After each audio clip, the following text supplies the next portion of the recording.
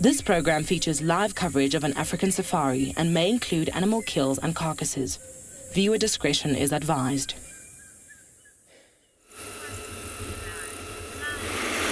As you can see, there are some clouds that are starting to build to bring welcome relief from the heat that is raining down here this afternoon on Djuma Private Game Reserve, and it should hopefully mean that we're going to see a lot of the animals coming out and moving around, which will be most wonderful for this, your very own live African safari.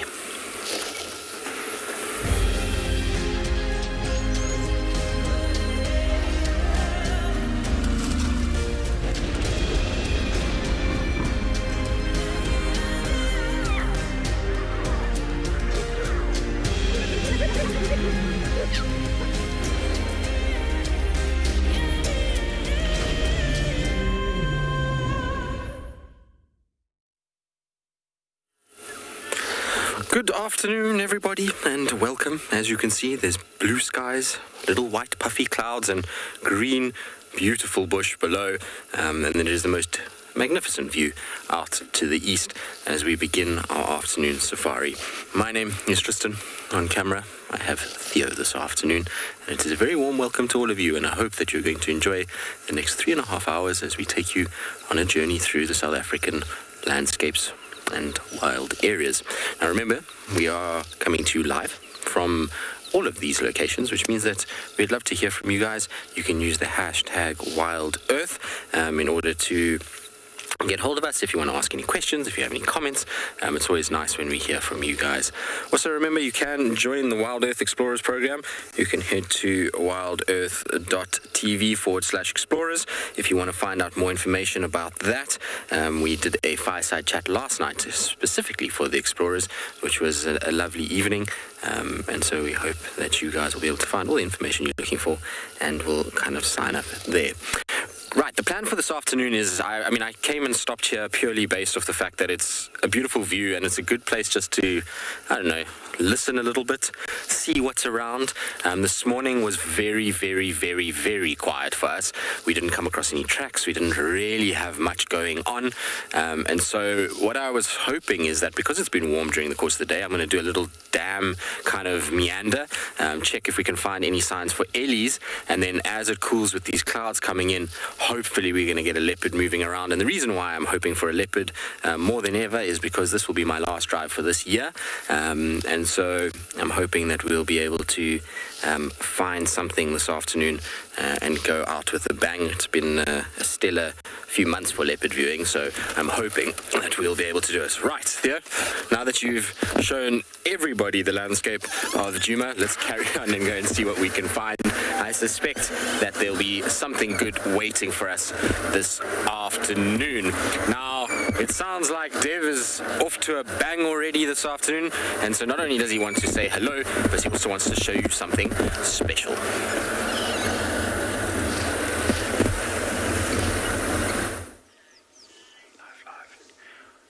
We have come across this stunning female leopard up in a tree. It's a sweltering afternoon and she's kind of parking off up in the upper branches of this tree, giving us a bit of a look at the moment. She's been watching us since we arrived here, and what a way to start the afternoon. A warm welcome to And Beyond Private Game Reserve and Beyond Pinda. I'm Dev. Behind the camera we've got Glenn. He's going to be making the magic for us this afternoon. And thank you all so much for deciding to join us this afternoon. This leopard is a female. She is quite a lot smaller than the males. It's hard to see up in the branches here where she's sitting now. But quite a small leopard, and she made a kill. There's little bits and pieces of old carcass lying around, so we came to check up on her and see if she was still in the area, and it turns out she hasn't moved at all. So a very nice way to start our drive here. I'm very chuffed with that. It is extremely hot here at Punda this afternoon, though. The clouds have started coming over, as they do in the subtropical area when we have really, really warm days. So who knows what the rest of the afternoon holds for us. But the heat of the day really got to this leopard. You can see she's really breathing heavily. If you watch, her chest is almost heaving, going up and down really quickly. And she's panting as well. You can see her head moving up and down. She's tried to escape a little bit of the heat by climbing up into the tree. There's a little bit more wind moving up there. Maybe a few less flies to bother her while she's up in the tree. But unfortunately, the branch she picked wasn't the most shady option. So she is lying out in the sun. Yeah, JP, thank you. That's pretty accurate, I think. It's really awesome. I'm really, really happy that we found her.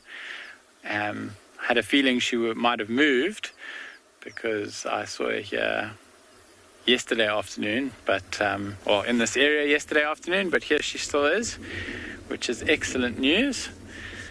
Always beautiful seeing these animals. If you take a look, she really is comfortable up in the tree there. Her legs are hanging over the edge. I think both of her front legs and both back legs are all dangling over the edge of the branch. And she's just lying up on the tree there. Quite a dark branch. And yeah, what a beautiful position to find a leopard in. I think she's not going to be moving too much for the next little while. We had a look at her. Oh, no, maybe she will move. Who knows? Just a little bit of an adjustment there. It would be really, really beautiful to see her if she starts coming down the tree. I'm not sure how great our angle is. It's quite a tough view through these branches here. She's just lifting her head up, and you can really see how heavily she's panting now. Her mouth and her whole throat is moving.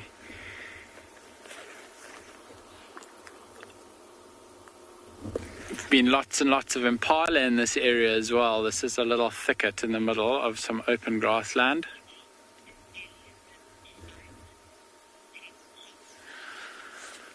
Ping pong, leopard's bite. That's an interesting question. I don't know the answer to that. It's quite strong though. I'm not sure if you've ever seen a leopard hoisting a carcass into a tree. A dead weight of an impala or a nyala. And those animals are not light, and for this female who's maybe between 30 and 40 kilograms, really an impressive feat to be able to pull a whole animal into a tree like that. Something we see a lot more of it in the Kruger National Park than we do here at Punda, and I think the reason for that is because at Punda we don't have that many hyena that are active in these parts. So the chance of the leopard's kill being stolen from them is quite low, and for that reason it's they don't need to take their kills up into trees. But as I was saying, the power that they need to actually climb the tree with that extra weight, and then they hold it in their mouth while they do that. So you can imagine that their mouths are quite strong.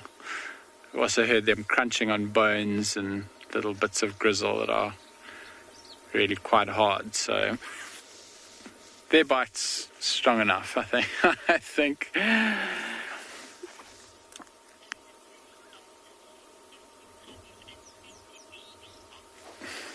So I've just got some information that the actual science behind it. Leopard's bite force is around 640 psi. Not sure comparably to other animals how that weighs up, but I imagine it's pretty high up there. And she's just looked away from us now and put her head down. You You can see that really beautiful golden color on top of her back. When we came around the corner here and saw the tree, quite hard to notice her because that top part of her body was facing us. And it's much darker and it's much more camouflaged than her underside. So if you see a leopard's belly, it's often a lot lighter, sometimes even quite close to white. And if they're lying with their belly facing you, it's actually much easier to spot them because of that. And vice versa, much harder to spot them when when their back's facing you. But it's okay, we had a bit of a direction to head in today, so we managed to spot her quite easily. Also those beautiful rosettes down her back. So one of the differences between leopards and cheetah is cheetah have got spots and leopards have got these beautiful rosettes. So multiple black dots in a sort of circular or oval shape with a slightly darker patch in the middle, which is, I mean, absolutely exquisite.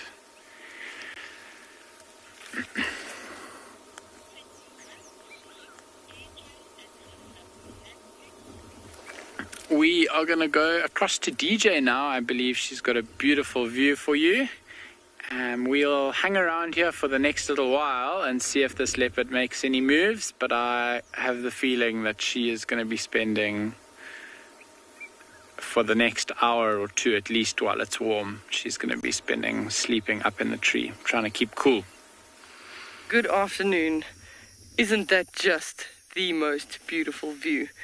We are so fortunate here in the landscape of the Koranenberg Mountains. We're at Twalu. My name is Deirdre, and on camera with me this afternoon is Davy. And we are at a very toasty 34 degrees this afternoon. It feels like it's hotter than that, but that's also because we don't have a roof on our vehicle. So one of the ways that desert animals can get moisture, I've seen this nice, I'm going to pick it up. It's quite like a, it wasn't supposed to fall off.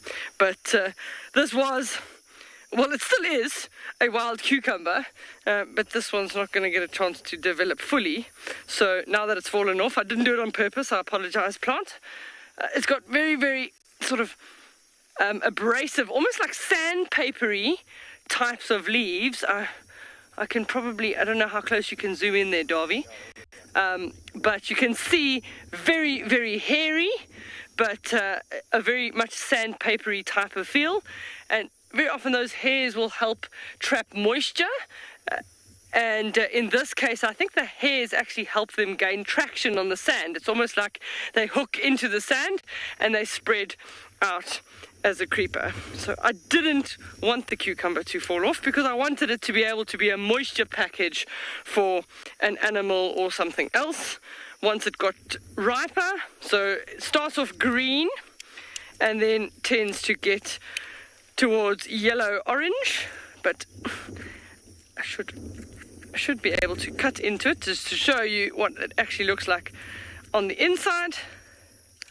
This is like exactly like a cucumber would have cucumber seeds. That would be the seeds of a wild cucumber. The gemsbok would eat these. A lot of other animals will take these as a moisture substitute. Sometimes for us, it would be quite bitter. It's not very, very well recommended for us. But keep your questions coming at #WildEarth, and then remember to put an @FC in front of that question. But I mean, they're hard seeds. I've just pulled one out there. They're almost like the size of a corn. There's quite a lot of them.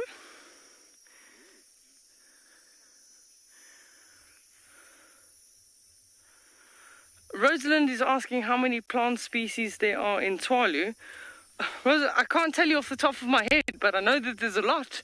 There's probably, trees, less. There's probably only about 80 species of trees, but as soon as you start getting to these succulents, forbs, shrubs, then there's quite a large number of them. So I can't quote you off the top of my head, but I'd probably say we've got a plant species list of probably 300 or more, easily. But trees, probably only about 80, because we are in a desert environment. So we tend to get a lot more forbs, shrubs, and succulents. I'm just going to show if I can. So maybe somebody will come along and eat that. Let me just put that back in my pocket. I'm going to open up this June bush. We did see it yesterday, but there's quite a lot of insects. They're called cotton stainers. I'm going to try and do it carefully so that I don't chase them away. But Dave, if you follow my hands, they're there on the seed pod at the back, bright red insects. Can you see them? Maybe not. Maybe. Oh, okay, there we go. I'm just turning them. You can see those beautiful geometric pattern shapes on their body. They belong to the group of cotton stainers. Sometimes they're also known as assassin bugs. They not the friendly ones in the insect world, that's for sure. There's 5 of them, 2 mating pairs and one that's trying to find a mate and trying to push one of the other ones off a mate. That's the 3 that are still messing around on the seed. So this is the flower that we did yesterday, the June bush. There they go up onto the top. So most likely that if they're successful, they would then lay their eggs on this particular plant for the larvae to eat. But just there, really nice. So once again, also that bright red warning coloration, that aposematic coloration, which basically says, I am toxic, don't eat me.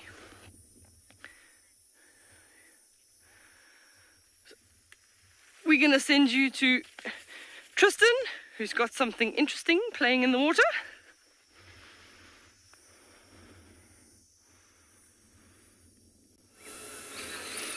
We do have something interesting in the water. This hyena certainly has the right idea on an afternoon like this. Go and plonk one's bottom in a little bit of water and take it easy.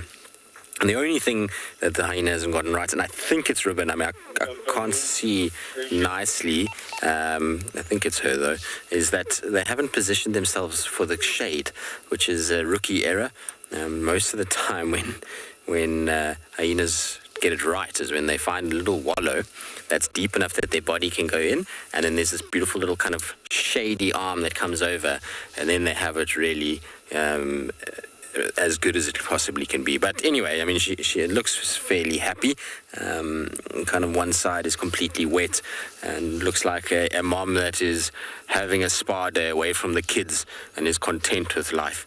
I can imagine the kids in this heat must be all kinds of trouble when they're biting your ears and pulling on you and just generally being vociferous and full of nonsense. I must imagine it must be quite nice just to come down to a little waterhole like this and lie quietly and not have to worry too much about anybody fussing about you. What's really interesting is how the predator-prey relationship works with hyenas.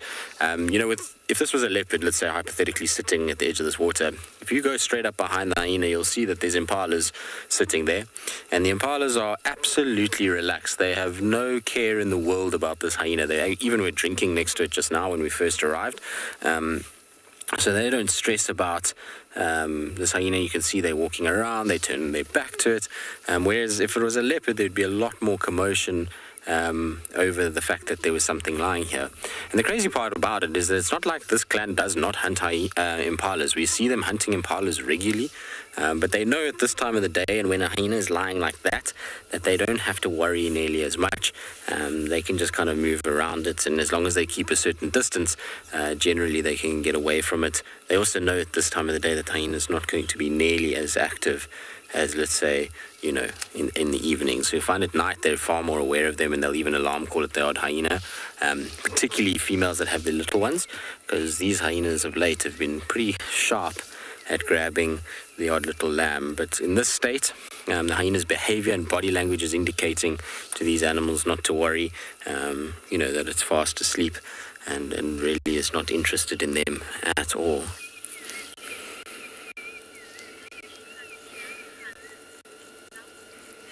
So Daniel, as we've just been alluding to, yes, they most definitely can hunt for themselves, and they do it far more regularly than people give them credit for.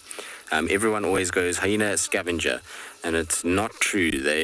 While they do scavenge, and this is true for all predators out here. I've seen wild dog, not so much cheetah, but wild dog definitely, lion, leopard, scavenge just as much, but hyenas do hunt regularly, and if you go into some areas where the numbers of hyenas supersede that of lions, the role actually almost reverses, and you find that the dominant predator is often hyenas, and they're the ones that do most of the hunting, and the lions are actually the ones that every now and then will scavenge off them, and they get bullied heavily by those hyenas. And so if you go to a place like the Mara, the Serengeti ecosystem, those hyenas there have large clans, and you can see them even hunting things like buffalo. It's not uncommon. There's a clan in the Mara Triangle called the Happy Zebra clan, which is possibly my absolute favorite name for a hyena clan.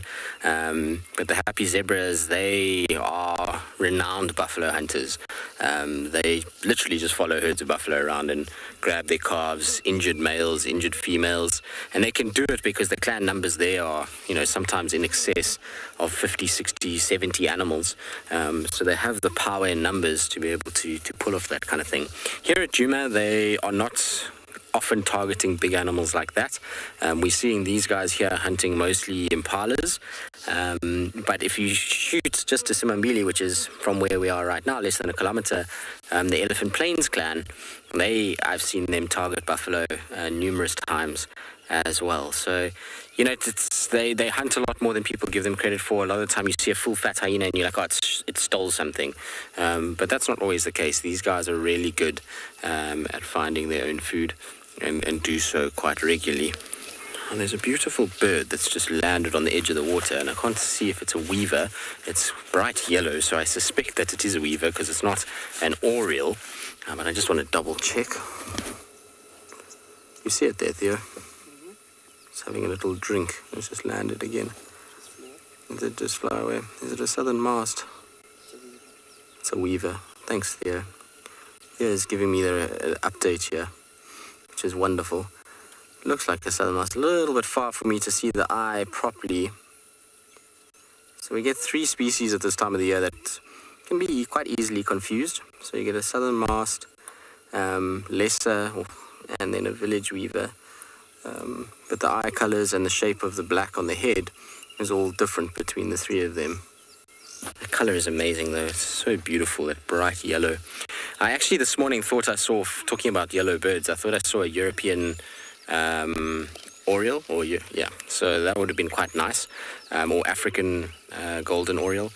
Eurasian golden oriole is actually the right name for it. I mean, European oriole is not the right name. But I thought I saw a Eurasian golden oriole this morning. They're quite common at this time of the year if you look for them. The African golden oriole, not so much. The problem with both of those species is that they don't sit still at all. They tend to move about quite a bit. And there's another beautiful bird actually that we get in this area, which is a woodland kingfisher. Now a lot of you will think woodland kingfisher, it's here to be fishing and to catch fish out of this dam. No, that is not the case. These guys are insectivorous, and well, actually they're carnivorous too, because I've seen them eating mice before. But what they're doing is they're coming here in order to cool themselves down. So from that perch there, they'll come flying down, there we go, into the water, and you see they just dunk themselves in, wet the feathers, and it just cools their body down, and then they'll go and preen themselves. So let's see if the other one does it. The other one's still in the tree, so we'll try and see if that one, you can see that one's quite wet already. So it's just helping with management of temperature. They're not actually grabbing anything from the water. That's why these guys are mostly migratory, is because if they were here all year round, or if they were fish eaters, they could be here all year round. Whereas if they're migratory, they're generally coming to make the most of the bountiful insect population that emerges during the summer months. But these guys are ferocious predators. For the size of bird, they catch the most epic stuff. I've seen them with centipedes, scorpions, dung beetles, like I say, small mice. Even seen photographs of one with a baby squirrel.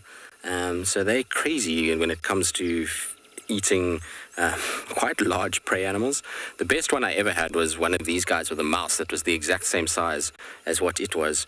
And it had this mouse by the tail, and you couldn't actually see the bird behind the mouse. The mouse was kind of sticking through its beak, and this bird was just sitting there. And it tried to swallow it, and it got to the point where the kind of head had gone down, and then the shoulders of this mouse, and then there was just this little bum of the mouse sticking out of the beak, and this bird looked as though it had swelled up massively, and I honestly don't think there was any more space for this mouse to go, but this bird was just sitting there with this little bum of a mouse sticking out of its beak and kind of all swollen and plump. It was very funny to watch. I have no idea if it managed to eventually swallow it or not. We sat there for quite a long time, and we unfortunately didn't get to see what actually played out. Debbie, it is lovely birds today. You know, sometimes in hot weather like this, we write off birding, but if you come and sit at a water hole like this, you can often get some really nice birds at this time of the day, because they all come down for like this to cool themselves, or they come for a bit of water. There's quite a number of barn swallows that are drinking at the moment. You know, you'll find them just coming in slowly and just scooping a little bit of water. I've seen, we had the weaver just now. When we first arrived, there was cinnamon-breasted bunting and golden-breasted bunting here. You get green-ringed pitilias here, the firefinches. So sometimes just sitting at a water hole like this, there we go, there was that little pygmy kingfisher, or a malachite kingfisher. Yes, there is one. You see it there, where the weaver was? So in that gardenia, if you go down, there we go, in there. Now go to the bottom right, there we go, straight in. There we go. There's a little pygmy, isn't it? It looks like a pygmy kingfisher. I just saw a little flash of color. So there you go. You see, if you just sit for a little bit, you start to pick up all kinds of species that are hanging around in this particular area. They are so beautiful, those little birds. We often see them at this dam in the summer months. They come out and they kind of arrive here and then spend their time here and around the Mulawati. Easily overlooked, this particular bird. As you can see, it is very small. And so they kind of sit in these low-lying little branches, and you don't notice them until they move. But it, like the kingfisher, the woodland kingfisher, is actually just having a little kind of bath and cooling down as well. And very cool. I'm looking through my binos. Very pretty little bird, that's for sure. So you can see it's got the pink on it, which is characteristic of the pygmy kingfisher. The malachite doesn't have that pink. Now why are you shouting, Impala? Let's see, maybe Tlalumba's going to emerge for us again like she did for Trish the other day. You can hear that Impala shouting. Ribbon did stand up and turn and lay back down again, so maybe that's what the Impala saw and got a bit of a fright. Or maybe there is a leopard hanging around, you never know. Just need to be patient and see. If it really is a leopard, the one Impala shouting will attract the attention of the other Impalas, who will start looking in that direction. Once they start looking in the direction, if they start picking up what that Impala has seen, you then get an outbreak of multiple Impalas snorting and making a noise and alarm calling, and then you know for sure that it's not the hyena. What I suspect has happened is that hyena picked its head up, and the Impala saw the movement and just immediately, just kind of out of reaction, shouted, and that's attracted that's what's fooled it. Once it realized it's just the hyena, you can see now it's stopped. It's not going on and on and on. If it's something like a leopard, you'll find they'll just keep going and they'll keep shouting and they'll keep making noise until such time as that animal moves out of the area. So I don't think we got any leopard around, which is unfortunate. It would have been nice to have come across one that easily this afternoon, that's for sure. There's lots happening at Treehouse today. I'm thoroughly enjoying myself just sitting here. The birds have been wonderful so far. Just the colours on those woodland kingfishers are insane. You can see they're going back and forth, all three of these kingfishers having a really good swim. And look at the iridescence on them. Absolutely amazing. All right, well, I think we'll carry on. Let's go to Twin Dams and see if Twin Dams is as productive as what Treehouse has been.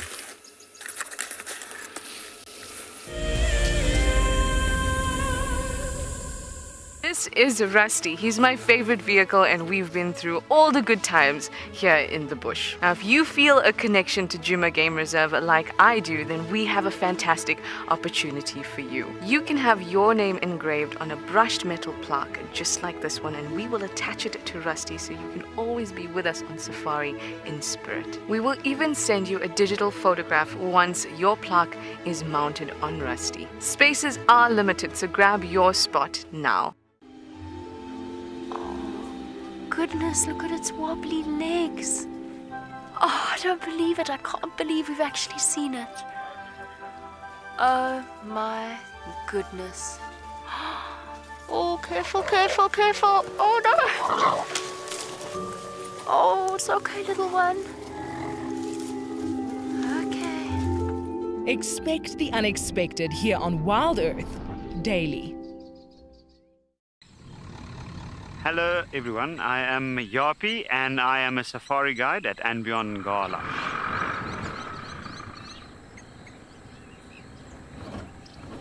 My favorite animal is the lion because 99% of the time it doesn't do anything. The 1% of the time it does, it's just awesome. Catch up with the guides daily here on Wild Earth. Have you been watching Wild Earth and dreamt of being right there on safari with one of the guides? Well, now you can. Wild Earth is offering you a chance to buy a ticket to dream. You or a friend can hop on board a live Wild Earth show and join our guide on safari. The ticket is redeemable at any of our locations, anytime in the future. Only a limited number of tickets are available, so don't wait. Get your ticket now and start dreaming. Terms and conditions apply. Well, we're still at Treehouse Dam. I haven't left just yet. I was just making sure with these impalas that we weren't going to get another spout of alarm calling, because sometimes, it's very rare, but it does happen sometimes, that one impala can see a leopard sleeping, shouts, and everybody else misses it, and then, you know, it walks off, particularly if that leopard is far away. So particularly if that leopard is maybe in a tree and it's a long way away and one impala sees it, then you can get what we just had now, which was that shot, but just didn't go long enough for it to be that. So I highly doubt it. But I was just making sure, you know, it's always a good thing just to sit here and double check. You can hear lesser striped swallow as well. Where are they? They're calling too.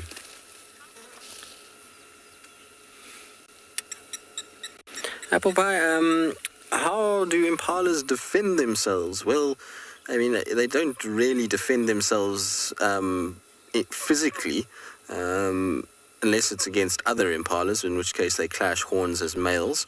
But what they use in terms of a defensive strategy for predators is that they will form herds together, so multiple individuals together that basically watch out over one another's backs, essentially.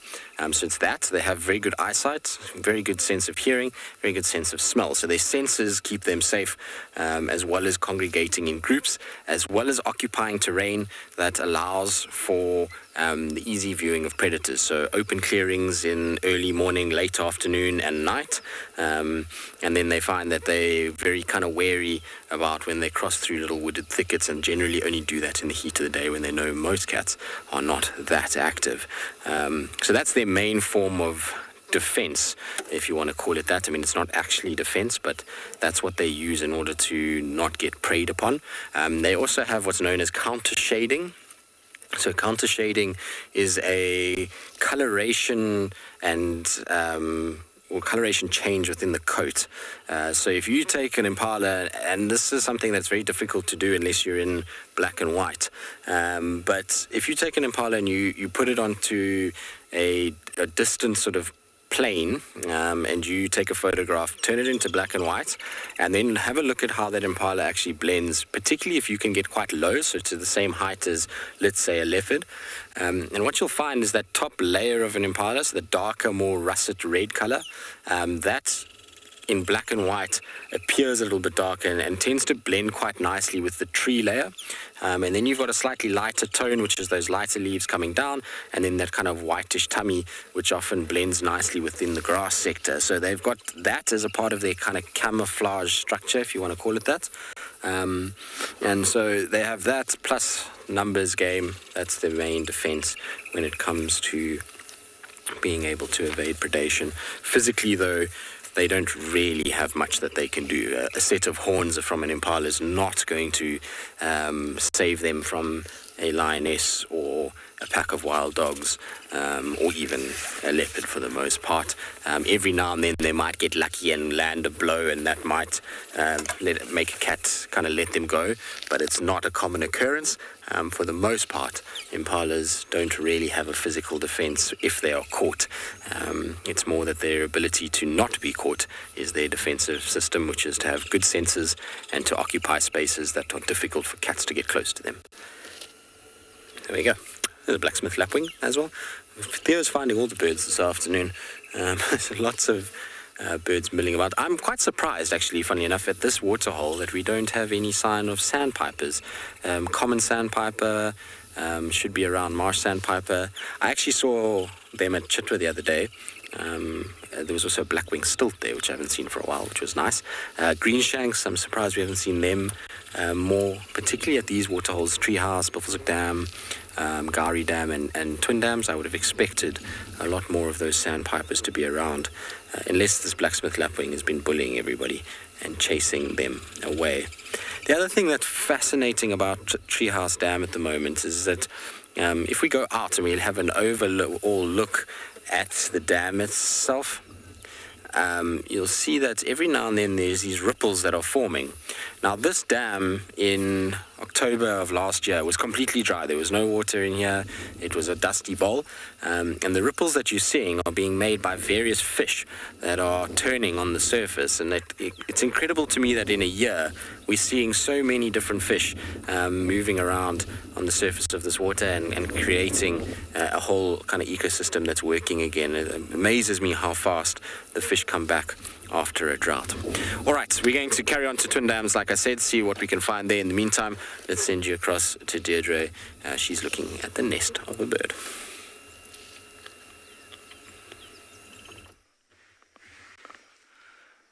So, welcome back to Tshwane. We're busy waiting for the bird to come back, but it is a southern grey-headed sparrow that the nest is there. It's like a massive just clump, and I almost want to say a mess of grasses just shoved into a ball shape. There's collected feathers from all over. A waterhole's probably a really nice place to collect feathers, because as birds sort of wash themselves and preen, you might get the odd loose feather, but that for them will be a nice warm inside. And there's like a nice little tunnel or tube. Davy tells me that you can actually see the entrance there, but a really, really messy nest for a really relatively small bird, weighing about 24 grams. So that's also, once again, a lot of effort and energy going into building a nest of that size. If I get out, Davy, will I chase that bird away that you saw? Oh, he's gone. Okay. Davy saw another interesting bird, but I couldn't see it through the tree, so I thought... More? Okay. I'm going to try and be sneaky so that I don't... Oh, okay, I got them. They're on the dead branch there. I've just got to use my binoculars because... No, oh, yeah, I was like, there were birds there. Now they're gone. Oh, well. Things do fly. So we were at this waterhole yesterday, and we saw a lot of the butterflies. But I just want to show you today, look at the sheer volume of more, or just volume of butterflies comparative to yesterday. The brown veined whites and the common vagrants in full force there drinking the water, most likely as a result of today's temperature. Any of them that were in that chrysalis waiting to come out, today's warm temperatures would have been perfect enough. I'm going to show you a plant on the other side, but then I'm going to walk around eventually and go and fetch it so that we can actually look at it closer. But it's called a cleome, very, very pretty flower, all the way at the back on the other side of the dam. I'm going to risk my life, walk around and see, hopefully nothing growls at me. I'm going to go and get one of those flowers because they're absolutely stunning. They sometimes call them a spider wisp or an African cabbage. And when you have something called an African cabbage, then it generally does mean that the local people have found some use for it, and that is exactly it. It's actually, the young leaves are cooked like a spinach, and funnily enough also used as a mustard substitute. There's quite a few of the doves that have come in the front there. Are you on those? Some laughing doves. You can see there's 5 laughing doves. One's busy drinking water and the other one was busy bobbing up and down. He was courting her. Yesterday they would not sit still, but there we go. Perfect.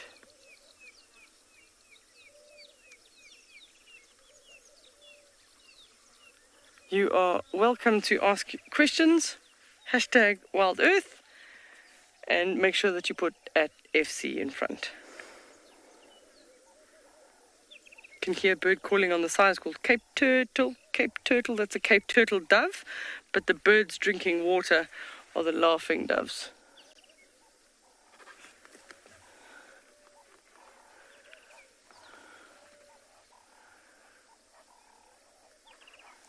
So, Sinek is asking the question, what birds would feed on those butterflies? We're not seeing too many of these butterflies being eaten by birds, generally because their coloration, it's a bright white coloration, it's almost like a warning color, that might be toxic or poisonous. And we did mention it yesterday that the larger the butterfly, the slower they fly, they tend to be less palatable. And the smaller and faster they are, because they'll have more predators after them, they tend to be more palatable. So I haven't seen any of the birds attempting to eat any of these butterflies. And this would be easy pickings. The birds should be swooping all over them to grab them if they ate these particular butterflies.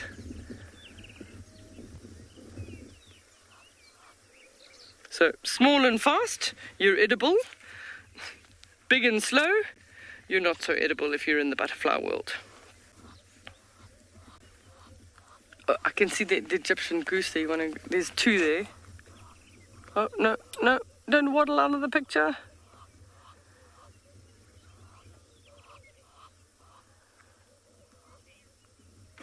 David's asking which butterfly has the longest migration to South Africa. I think the butterfly with the longest migration is the monarch that I know of. They just left. The Egyptian geese, 1 minute they want to be in the picture and then they decide that they want to leave.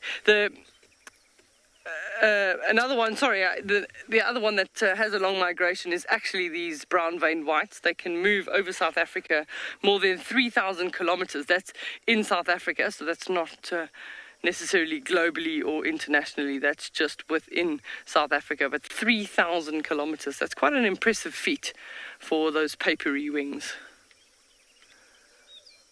They will rely quite heavily on the winds to get them to and from, and they'll need to stop literally every 20 minutes to grab some drink or a nectar feed. They're relying on the nectar from flowering plants as a sugary drink. Their Red Bull. Let's see, there's actually quite an interesting thing going on there. You can actually see, Darby, on this log here, there's carpenter bees fighting with wasps. So we can see the carpenter bee being the black and white one. I just want to see what's going on. But there's definitely quite a lot of buzzing around there, but you can actually see, go higher up the trunk, you can see 4 or 5 carpenter bees. They're just stationary. So this log is perfect because it's basically breaking down slowly, and you can actually see all the beetle larvae and everything that have eaten on this before, and it would probably be soft enough now for the carpenter bees to actually lay eggs. So make a little burrow or like a tunnel, and then deposit their eggs. But that's quite nice to see. See all 3 or 4 of them on the log there.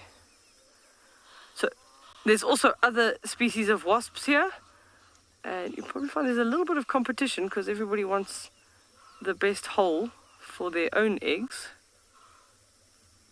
There's I can see a brief just there's an unusual one just above them there, but I can't really recognize it. It's busy scuttling along the branch, looking for a hole of its own.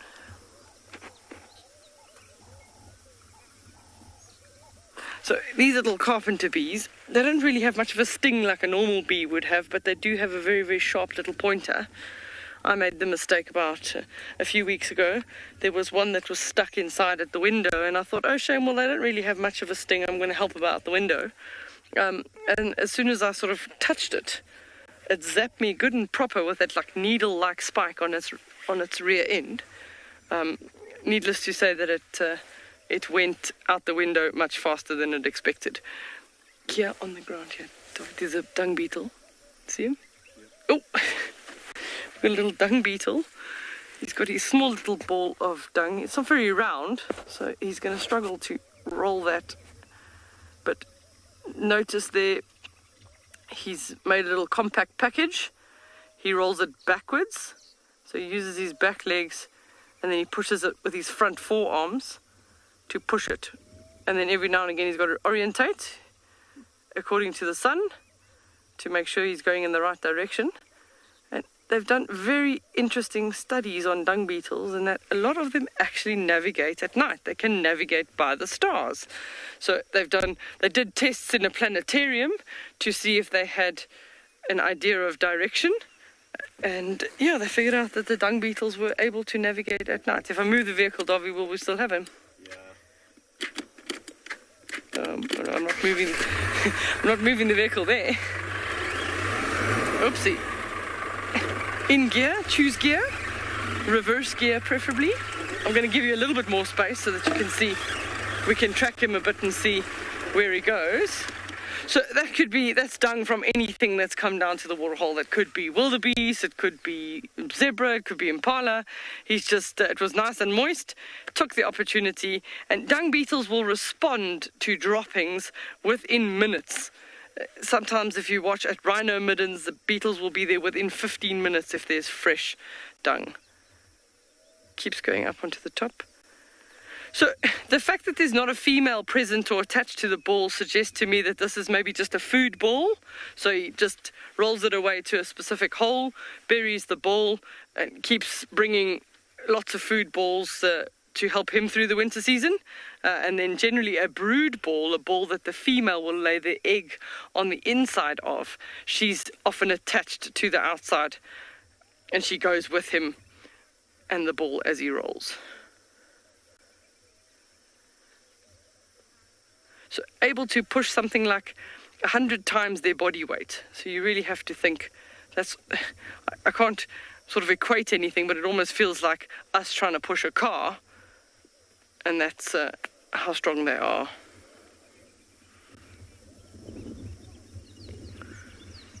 Andrew, I absolutely agree with you. They do move so fast.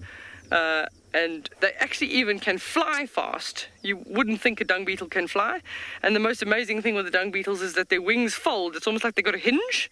So they fold in, and then underneath that elytra, which is like that cap, that hard cap on the back, and the wings fold in and they fly. So Darby had one hit him this morning in the chest. So we know how hard they are when they fly into you. In the throat. Lucky you're still with us. Yeah, no. We can just change the angle again. See, nothing else has come down to the water yet. It'll be interesting to watch his progress and his movement as he goes. I've lost him as well now. Oh, no, there, you just found little bushes moving. So how he would, I'm going to get out and then I'll point him out to you, if you've got him. So, oh, he's over here. So if he's found an ideal place to bury the ball, he'll go underneath the ball, and he just keeps turning around and around and around, kicking sand up and out from the outside, and then slowly sort of twisting that ball underneath the sand. They're quite lucky here. It's generally quite a soft substrate, so it is easy to bury things. But he's got to get it up and over. Oh, keep going. Sometimes you see them trying to push the ball uphill, and they get halfway, and then they tumble with their ball all the way back down. So he reorientates himself.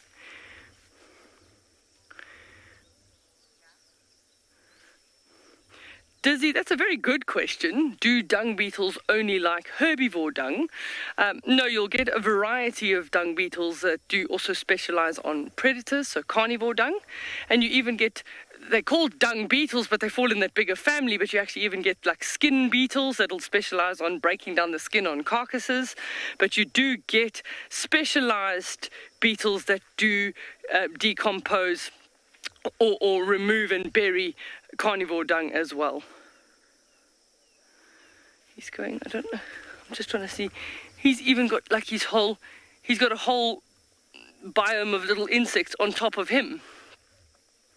So dung beetles have a mutualistic relationship with a mite, and it actually helps them clean their mouth parts and keep their mouth parts clean. So I think they had a problem in Australia at one point where they imported a whole lot of dung beetles, but they disinfected them, and then they said, but the dung beetles are ineffective. But it was as a result of the fact that that mutualistic relationship, those mites had been taken off, and the dung beetle then couldn't keep its mouth parts clean. And the dung beetles, generally the idea behind importing dung beetles to Australia was to help with the cattle dropping load, the cattle dung load, and actually more so to bury the dung away from the flies, so then you reduce the fly numbers. But you can actually see on his carapace at the back there, there's a whole lot of little flies that are just catching a ride. That's the Uber taxi. I don't know where they think they're going, but they're going with him wherever he's going. Oh, he's picked up a feather. Isn't nature just amazing? Orientate again. Which way is he going?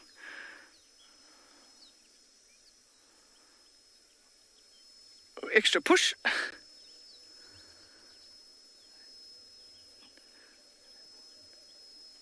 So, I mean, he's covered. So he's there. So he's covered 1, 2, 3, 4, 5, 6, 7 meters since we started watching him. And I mean, he came from somewhere else, so he's already been moving. But that's quite an impressive feat for a little insect that size.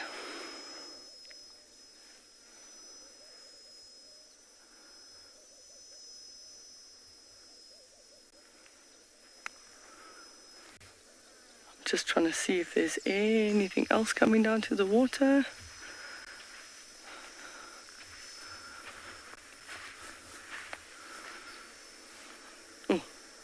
I just upset all the carpenter bees. I'm just having a close look because, wow, there's like all sorts of bees and robber flies, and probably find predators of bees, parasites of carpenter bees. There's all sorts of things going on here at this nice tree stump. See what other tracks we can find around the waterhole. Not the most clear ones, but there's some zebra have been down here in the last few days. Looks like almost after the rain. Let's see if there's any butterflies or tracks. You can't see too much of the tracks from that angle. Oh, some nice big wallow. This whole area here is flat, and I can actually see I want to see what lay here. It looks like a zebra actually lay down here. All I can see is the little lines of the hair and everything that's absolutely flat. The zebra came on the edge of the water to roll. I see some Egyptian goose tracks, which makes sense because they were here as we got here. See what else has been. Lots of... So these ones here, lots of droppings. I'll put them in my hand so Darby can zoom in on them. So sometimes part of our job we have to just pick up poop in order for you to see them. So nice and big and round like this, typically coming from about there would be a giraffe. So when they land, they scatter in a large area. So those are not too fresh, not fresh enough for the dung beetle, but that's some giraffe droppings. So they were here in the next few days, in the last few days, sorry, not, they probably will be here in the next few days. So I'm going to start heading around to go and get that flower that I promised. I'm going to send you across to Tristan, who's got something interesting to show you.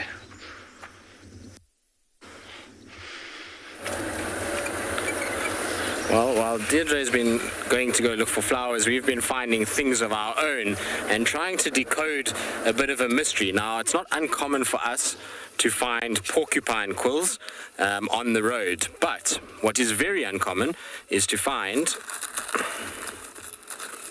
that many porcupine quills on the road. So this is, I just literally drove a loop around Treehouse Dam, and this is what I've uncovered. It's every 5 meters or so, there's another porcupine quill and another one and another one, and they're all, okay, they've all been driven over, so they are damaged and showing signs of wear, but I don't think that this porcupine gave up its quills willingly. This is not what you see from porcupines. They don't drop quills like this. I suspect what's happened is this has been killed either by a leopard or maybe even the hyenas themselves, and then hyenas have, if it was a leopard, stolen it and dragged it back to the den. These quills were dropped during the rains, the night of the rain, which means that all the tracks would have been washed away, so we wouldn't have been able to tell that it had been dragged. And the reason why I say it's been washed during the rain is because I'm going to put them down and show you a few little examples of why I say so. So this one over here is a good one. Let's just push them because they're all falling. And now I'm trying to find another one here that I saw that has a bit of... there it is. Okay, so if you have a look at this one here, you see this is how this quill was lying, right? It was lying with this top side up. You can see how this side here is all shiny and clean and no sign of anything on it. But if I roll it slightly, you see how there's the sand sticking to it?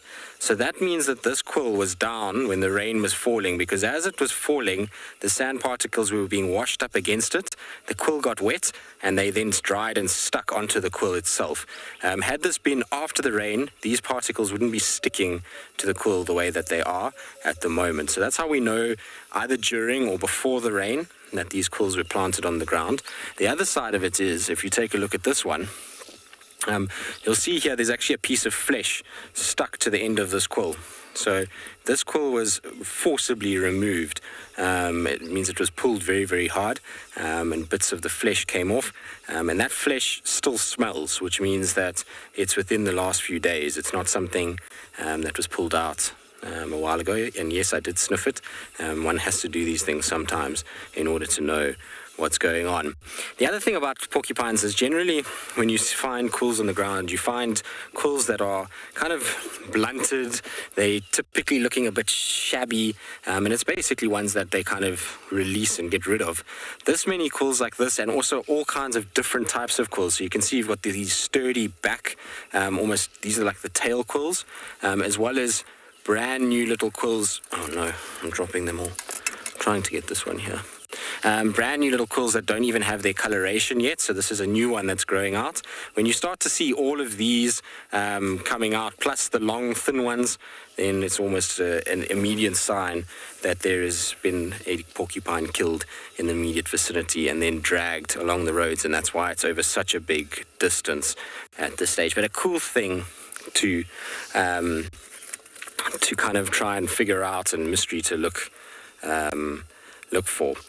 Thomas, so yes, predators are nervous of these quills. That's why when you see them hunting them, they actually employ quite an interesting strategy. So hypothetically, if my fist is the quill, is the porcupine, and let's make this a porcupine. Might as well, we've got the time to do it. So we're going to make myself as porcupiney as I can possibly do, given my limited capabilities and the fact that I don't have huge amounts of subcutaneous fat in my fingers. Other parts maybe, but not on my fingers. So imagine now I'm the porcupine, right?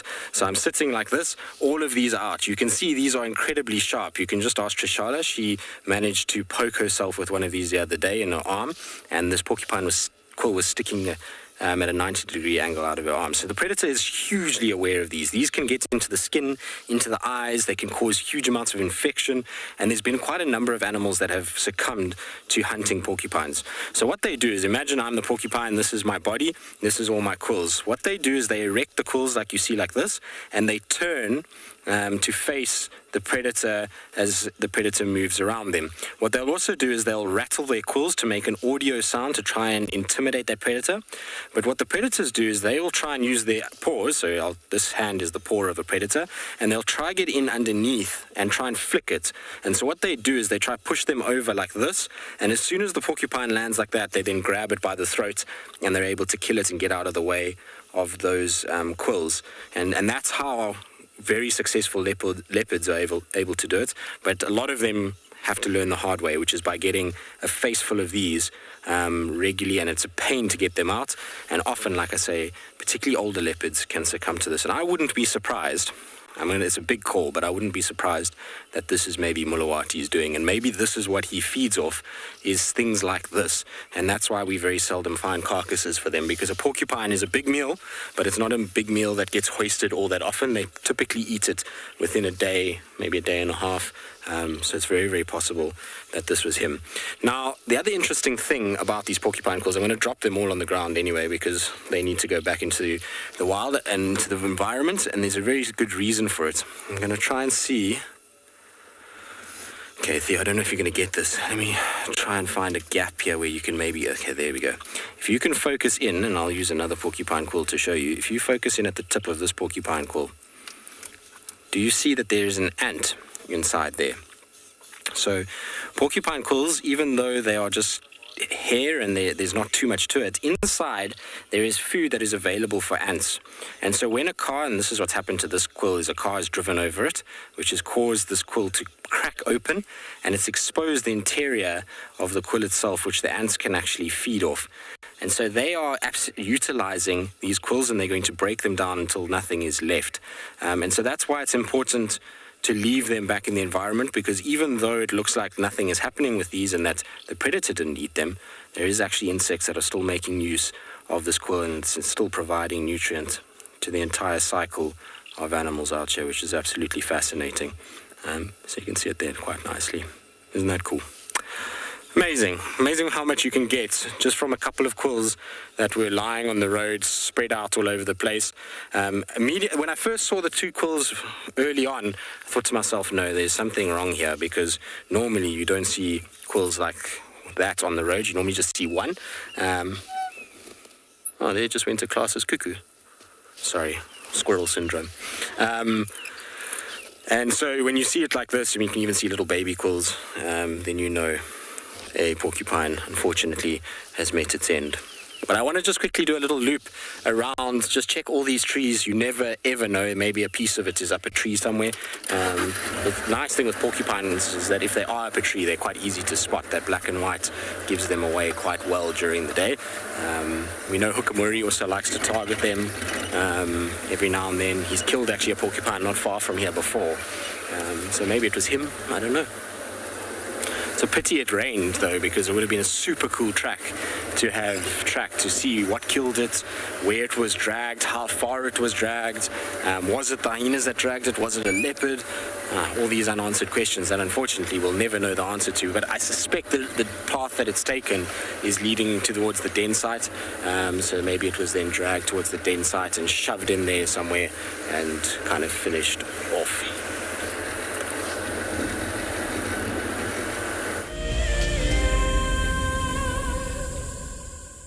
Okay, we'll find him. It's like a surprise. So I walked all the way around to the waterhole. It actually took me a little bit more challenging than I thought to get around to the other side. But nothing big and hairy was in the way.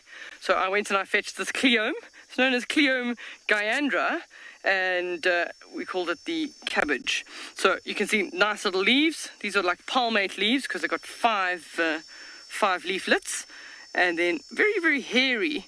So hairy sometimes different purposes. One would be to trap moisture that's in the surrounding atmosphere and help add that to the stem. Sometimes also maybe a bit of a preventative for insects. It sort of slows them down. And oh, look, Darby, can you see him? Yeah, we just saw him just now. We got him, the little caterpillar. So he's way too small to know who he is or what he is, but look at that. I've displaced him off his... I'm going to turn him around so that you can actually probably see him from there a little bit better. He's probably the one that's been chomping all of these flowers, all the petals. That's just amazing. Oh, he's moving on to... reach, stretch. Yep, so amazing little flowers. These, and we only get them for a very short time frame of the year and only in limited places on Tswalu. What a beautiful flower.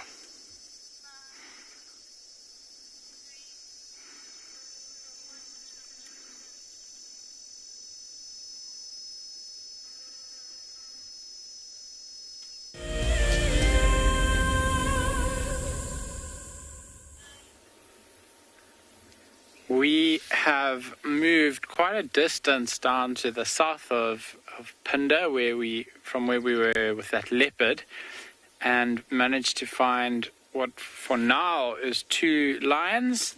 The lion on the left that you can see is the mother. She's quite a bit bigger. She's got a really large head and quite distinct lioness features. She's just swatting some flies with her tail there, I think. And then on the right is one of her cubs. So, because we know these lions quite well, she does have 3 cubs of the same age. So she's got 3 subadult males. I think subadult's probably the more correct term than cub. If you look a little bit closer at his face, you can see the starting of a mane. It's started on his neck. He's got a bit of a mohawk going for him at the moment. And then if you take a look at his cheeks, you can see just in the wind quite a light mane starting to grow. A little bit of sideburn action that he's growing there. And it actually looks quite scruffy, I think. So it does take quite a while for a lion's mane to fully develop. And while it is growing, it does look a little bit scruffy and tatty. Now, his 2 brothers, I assume, are somewhere around as well. How near or far, I'm not sure. Their mother has been leaving them for quite long periods of time, actually, to do their own thing, and while she goes off and hunts. So the 2 brothers might be wandering around somewhere nearby, but there are quite a few little dips and gullies just right where these lions are lying. So they could be just behind the mound, out of sight for now. These lions also seem to be suffering from the heat of the day, so they really are panting quite heavily. The mother's mouth is wide open and her stomach is moving up and down. The cub seems to be dealing with it a little bit better. He is breathing quite heavily, but his mouth's closed at least. And then, Glenn, if you pan across to the right here, we have got some buffalo that have come down to drink at the watering hole. So these lions have been hanging around here for quite some time now, in the similar place. And I think the reason for that is because of this watering hole. So the watering hole is probably about 80 meters off to our right here. And there's some thunder that's just rolling in the background. I heard it. These buffalo have come down to drink. So on hot days like today, these buffalo will drink at least twice a day. And lots of other animals will try to drink quite regularly as well. So for the lions spending time around here, there are lots of prey animals that are going to be around. And if they just sit patiently and wait, they might have an opportunity to hunt. Our lions on Pinder are, I suppose, quite spoiled for choice. They don't hunt buffalo, really. I've only heard of one or two very rare stories of it happening here. And the reason for that is because there's just an abundance of much less dangerous animals to hunt. Bubbles, that's a very good question. And I'm not 100% sure the answer. I have watched lions, I think probably... Yeah, to be honest, I really enjoy it when the cubs are together. So when the young cubs are together, they are generally very playful, quite similar to many other animals and I suppose humans as well. And watching the cubs play with each other and play with the mother and kind of move around and interact with each other, I think that's been my favorite lion sighting to watch. It's all very cute and sweet when that happens. These buffalo, though, the one on the left, I'm not sure if it's in frame, Glenn, if you could just frame it for us, is having a scratch. So there's a old dead stump that's sticking up, and the buffalo is really getting into a deep scratch, it looks like. What buffalo do, as well as drink 2 or 3 times a day, will sometimes wallow. And by wallow, I mean they'll lie down in the mud and roll around and get mud all over themselves. And this helps with a couple of things. And one of the things that it helps with is getting rid of parasites. So they'll roll around in the mud, and then once they're finished rolling around, they'll go find a scratch post. So a tree, an old stump, an old log lying around, and they'll use that to kind of try scrape some of the mud off. And as that mud comes off, so do other parasites, especially ticks. So it's actually quite an effective way of getting rid of ticks. There's another buffalo that seems to be lining up for that little stump now. It's not the most impressive stump that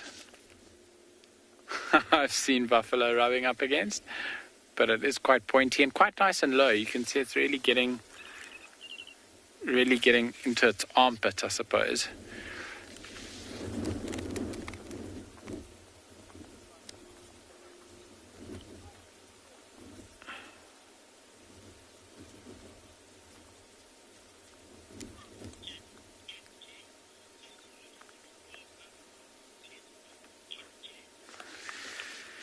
MJ, the reason we see buffalo in groups so often is because they live in herds, so they herd animals. I suppose much like cattle are as well. They have a very unique, well, I suppose not too unique, but a very special social structure among themselves. So they interact with one another and they seek out the company of other buffalo. So they enjoy spending time together in a herd, and there are a lot of benefits that they have by being together in a herd. You can imagine a buffalo on its own versus a buffalo in a herd. A buffalo in a herd is going to be it's going to be a much more intimidating thing for any sort of predator. And as well as being more intimidating, there are also a lot more ears and eyes that are available to scan and keep an eye open for predators and things that might be harmful or getting in their way. So the being and living in a herd offers protection on many different levels, and I suppose a lot of comfort as well. You'll often watch when buffalo are feeding, a whole bunch of them will have their heads down picking and chewing on grass, but there'll always be a few heads that are up looking around, just making sure that there's no lions or anything stalking up on them. So these buffalo don't seem too fazed by the presence of the lion. The wind is blowing from the lion down onto the buffalo. But they, I don't know, maybe haven't smelt them yet. The lion are quite a bit lower and behind some bushes. But the lion have definitely seen the buffalo. They had their ears picked up when the buffalo walked down, but they didn't move at all. So they're not interested in hunting buffalo. And especially not when this buffalo are together in a herd.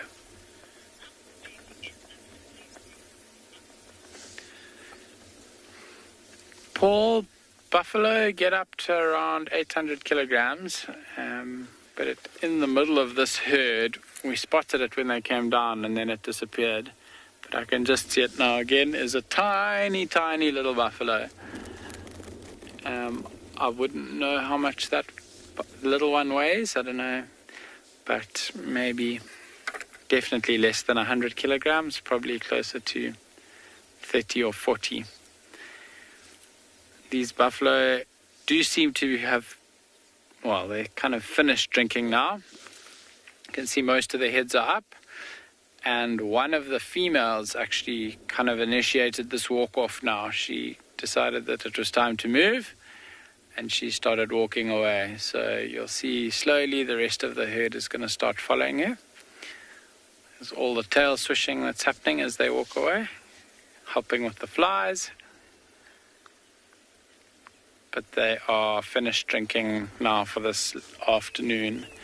They are probably going to drop down into a bit of a dry river basin where the grass is a little bit greener.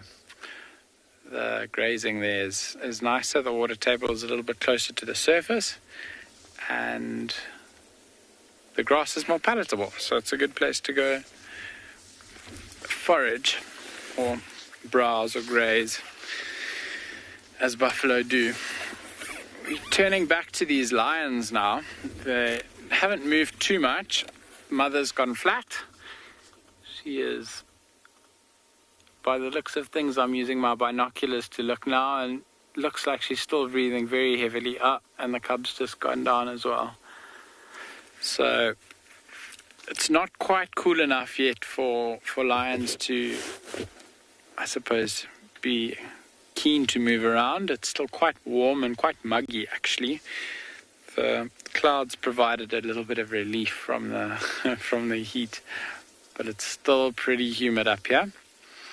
So I think these lions are going to be immobile for the next little while. But you never know with lions. Something might come around the corner and get everyone very excited.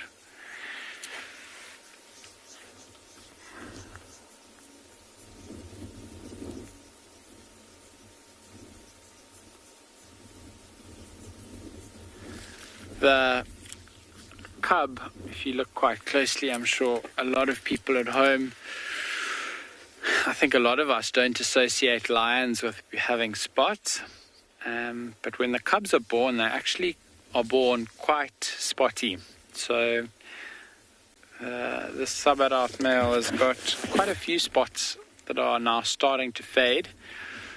When they're born, the spots are quite prominent and you can see them really easily, and that when you notice it for the first time, it's a little bit funny. You kind of go, what? I didn't know lions had spots. And then as they grow older, the spots fade and fade and fade until adulthood. In some adults or some genetics of lions, I suppose, the spots are still there. So some mothers, you can still see the spots vaguely, normally quite faintly on the underside of their belly or on their legs. But in other individuals, it fades completely and they lose their spots totally. If you can notice, the ground that these lions are lying on is really, really red. I was saying to Glenn a little while ago, it almost looks like we're in the Kalahari, and we've got this almost blood red soil here. And the reason that it is so red is because it's got a really high iron content. It's quite clayey up here, and we get this red clay soil on quite a few different parts of Punda, actually. There's little outcrops of it. It's just below the mountain sedimentary rock, or the sedimentary rock that forms the mountains here, and kind of below that but above the soils that make up the lower lying areas of the reserve. Really, really quite cool, actually. Just below this red layer, there's a layer of sedimentary, well, it's not really rock, it's more a sandy sediment, sandy clay sediment that contains lots and lots of fossils. So one of the really cool activities that we do on Punda is to go fossil hunting sometimes. And you just need to find a section that's got quite a decent slope and it's a little bit lower lying, and there's a beautiful bed of really well preserved fossils, actually. Don't know of any in this area though. They're a little bit further north from where we are now.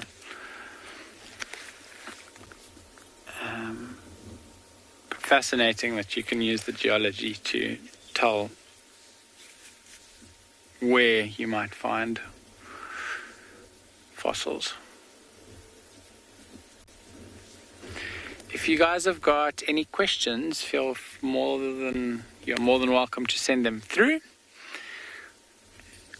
We are going to be staying with these lions for the next little while. I think it could be quite interesting as the temperature drops this afternoon, and we might find a number of other animals coming to drink, that they'll get a little bit more active in this area.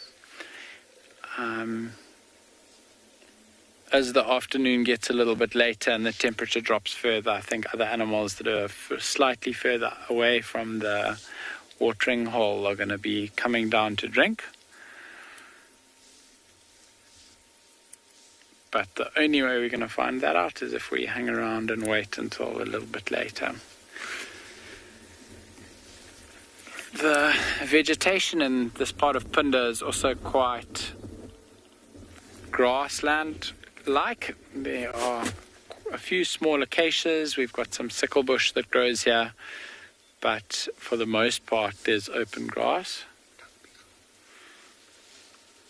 If we just gonna zoom down into the grass here, onto this red soil, we have spotted a dung beetle that has got a partner and a dung ball, and it's rolling its dung ball towards us. Really, really cool animals, and it always fascinates me. I mean, this is quite a large dung ball that this little guy is rolling.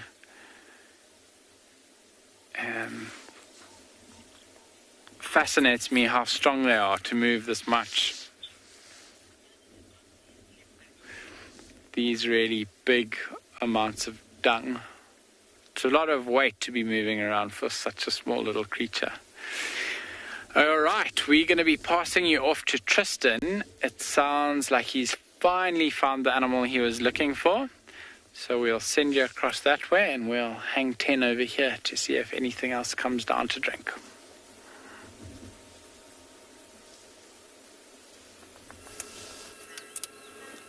We found leaves, as you can see.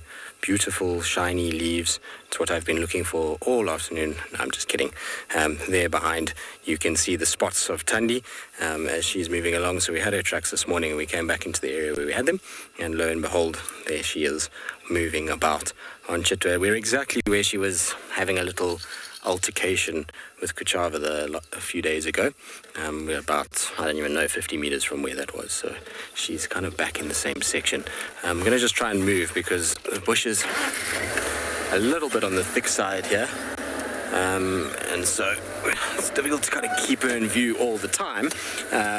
But she's looking good. She's looking healthy. She looks like she's on the hunt, which is good news.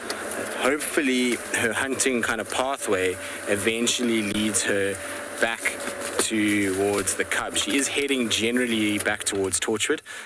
For now, she's still inside Chitwa, but the general direction she's taking is kind of northwards, back in that direction. So maybe she'll lead us to the cub, which would be such a wonderful way to finish off this last 2 weeks that I've had here for this year.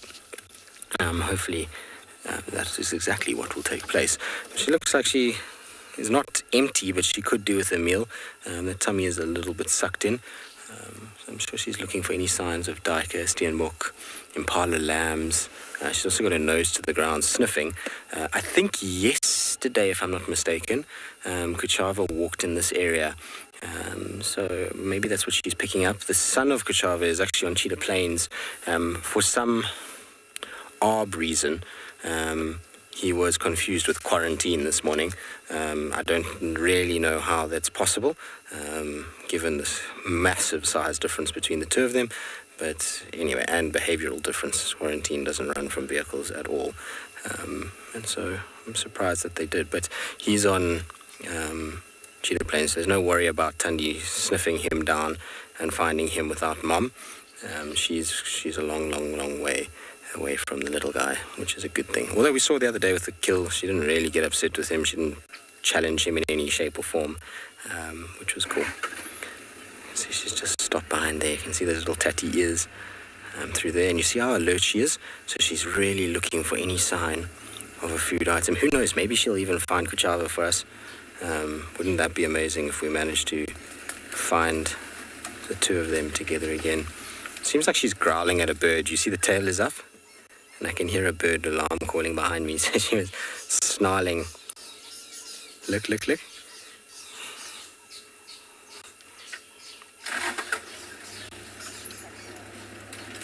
See what you say? Yes, finally, Thandi.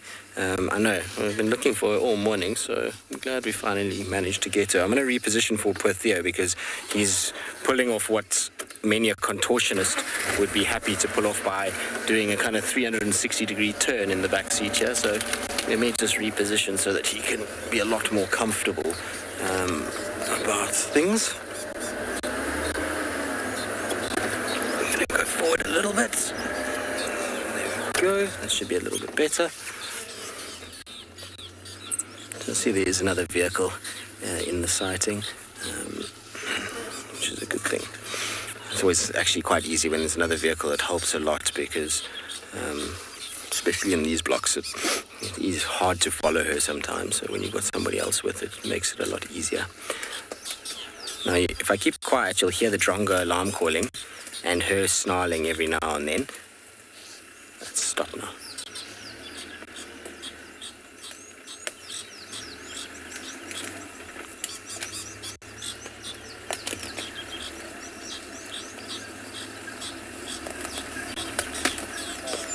So a lot of the time, we talk about alarm calls of leopards, for impalas and various other big animals, but birds can be one of your biggest friends when you're tracking a leopard. As soon as you get onto tracks and you can hear birds alarm calling, and if you hear that it's moving, then you know cat is moving, or if it's stationary like this and there's a lot of alarm calls in one place, you know that cat is fairly stationary in that area. And you see how as soon as the bird started to alarm call, the experience of Thandi is so vast that she knows immediately just stop. settle down. Everybody will calm down. Once everything is calm, then she can get up and move again, and she's not then attracting too much attention to herself, because if she kept moving, the birds would just follow her shouting, and everything up ahead of her is being warned, hang on, there's a predator in this area, be careful, don't come near this section. Whereas if she stops like this, eventually the birds realize that she's just lying down, and they start to carry on with their day, and then she can get up and start to move without being accosted by alarm calls, and therefore can be far stealthier in her approach to whatever it is that she's looking for or hunting. It's a very, very, very clever strategy, and you see leopards learning it very early on. As soon as they get alarm called, either they trot and run and try and just get a bit of distance if it's something like impalas, or if it's birds like this, they just sit down immediately and they wait until the birds get tired. Now I'm going to say something briefly, because this is going to be a shock to many that I'm going to say this, because as we know, my feelings towards the Avoca male is generally not the greatest. I'm more a leopard person, but he's pulled off a feat of amazing proportions during the course of today, and I thought you'd all be interested in this. And before I forget, I need to tell you about it. But this morning we left him, he was fast asleep. He subsequently walked northwards towards where there was that dam, and I was telling everybody that there was a hippo this morning that was very badly injured, and this male lion didn't kill the hippo, but found the hippo dead in the water. The amazing part of the whole story, and something that I wish I had been there to see, because it must have been an incredible display of brute force, considering that his leg is the way it is, but this lion has somehow managed to drag that hippo out of the dam. How? I have no idea, but by himself he has grabbed that hippo and pulled it out of the water. Look at her snarling at the drongo.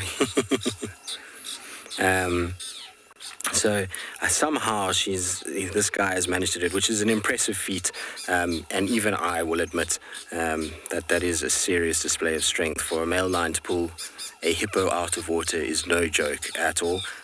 Generally, we would go and do it because you don't leave hippos in water, it putrefies the water, and that normally takes a tractor to pull them out. So for an animal to do that with his mouth is a pretty insane feat. And I'm seriously surprised that he's managed to do it. The hippo is not a fully grown adult bull. It's a younger bull, but it still weighs a lot more than I thought he would be capable of pulling off, that's for sure.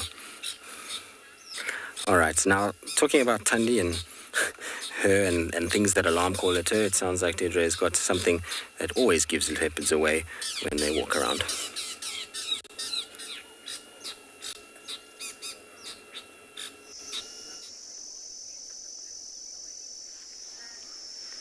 Tristan's 100% correct. Sorry to pull you away from the leopard, but these ones don't stick around for too long. How cute is that little Cape ground squirrel? So there's a couple of them around here. There's a nice little burrow to our right-hand side, but they're all eating all the little flowers and everything that they can get their paws on. If you find them in a thicket of those devil's thorns, often they're also eating the flowers. If you go down the road, you can see there's another two. And these will be the females. So the females typically live together. And then you have bachelor groups of males that also live together. Oh no, that's a male. The one on the right is definitely a male. Maybe trying to charm one of the females. Look there. It's just showing you how hot it is. It just lies flat with their belly on the sand. Sometimes they kick the sand up and over their back just to get to slightly cooler sand. There we go. And you see how the other one in the front is using its tail a bit like an umbrella. It's a nice little spot in the shade. Oh, there we go.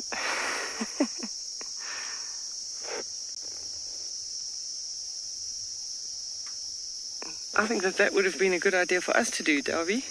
Hey? In this heat, is just lie in the sand and just dig yourself deeper in, and maybe it's a little bit cooler. So they don't live in a very large area, probably a sort of maximum of sort of 2 to 5 square kilometers. And you'll have a male that comes and visits a group of females. And I read the other day, what was very, very interesting, I found it very interesting, is that a female is only in estrus for 3 hours in the time frame that the male comes to try and mate with her. So a very, very short window. See how it's using its tail just to add extra shade onto the body, because the sun is definitely coming in from the left-hand side. So it just uses the tail to make a nice shade. I should say him. That's definitely the boy. Or the male. Nice, fluffy, bushy tail. So they don't climb trees at all. So Tristan was saying that they generally give leopards away. Here, they will alarm at ground predators, things like jackal. They will shout at leopard as well, but they don't have the advantage of being able to go up into the trees. They tend to be a little bit more chunky in size, so not very good tree climbers. But very, very good diggers.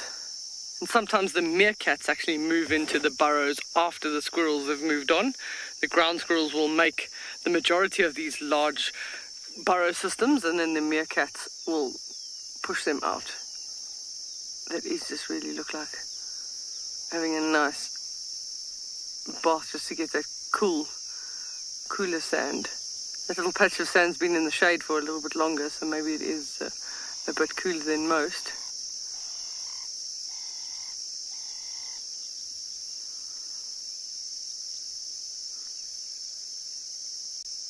Just beautiful.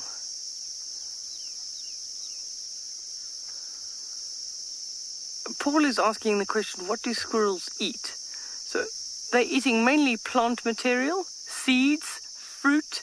I have seen squirrels also eat insects, but mostly whatever they can forage on the ground, which will be, well, the ground squirrels on the ground will be leaves, roots, shoots, flowers, and even insects. I've seen them eat sort of moths and things like that.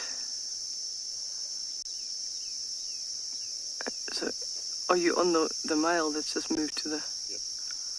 Okay, so when he stood up there, you could quite clearly see that he was a male.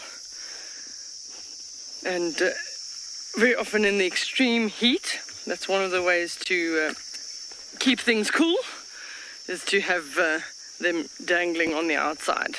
I think they're going to go probably into the burrow system now, so we're going to lose visual. I'm going to go forward and see if we can see them again, but they might just spook.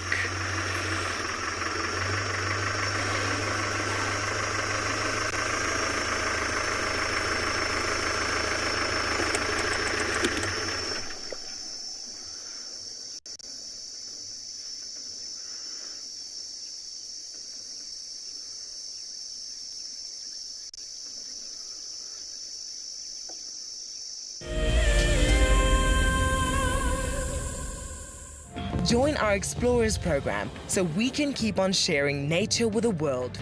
For a monthly subscription, you will have the opportunity to win fantastic Wild Earth expeditions, have access to an animal identification app, receive weekly highlights from our shows, and much more. All the money will go to keeping these live safaris on air, which in turn connects a global population with nature.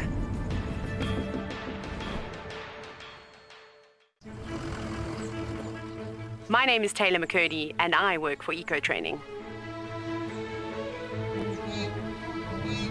I love hearing from all of the viewers. However, I particularly enjoy those of you who have been watching for a few years. Your questions are just so advanced and they really get me thinking. If you'd like to ask a question on Wild Earth, you need to register on our website. Once you've done that, head to the live safari page and submit your questions below the live feed.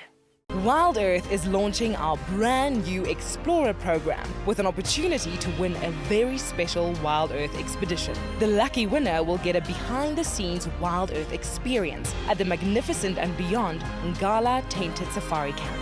The prize includes a 3-night stay for you and a friend with a chance to sleep out in the unique Ngala treehouse. Become a Wild Earth Explorer and stand a chance to win this and many other prizes. Terms and conditions apply. Oh, it's going to be in trouble now. Oh, this is unbelievable stuff. Here comes a hippo in too. Go, Impala. There's a hippo coming in. I can't believe what we're seeing here. This is what we normally see in East Africa. It's all over. Hippo leaping at the crocodile now. Everything's gone underwater. Expect the unexpected here on Wild Earth daily.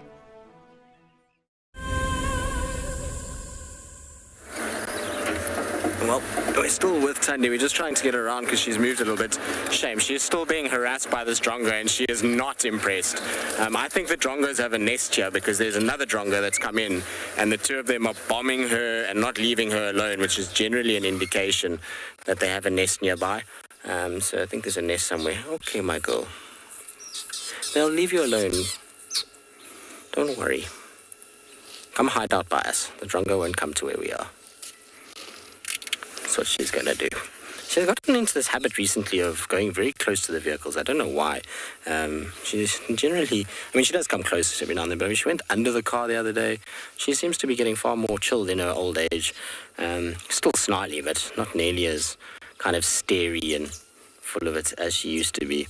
You can see these drongos are still giving her attitude.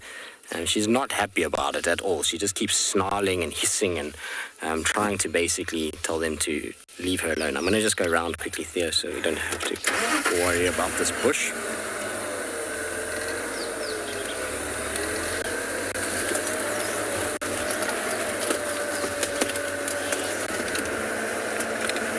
What have you seen in there, Tandy? It's like she's spotting something inside here. I wonder if she's not looking for scrub hairs or places where little duiker have been lying. She's sniffing around all over the place here. Could also, like I say, be the scent of Kachava and the cub that are around. I don't know. It's interesting kind of behavior. Her nose is down a lot, but we know that Tandy likes to hunt smaller things.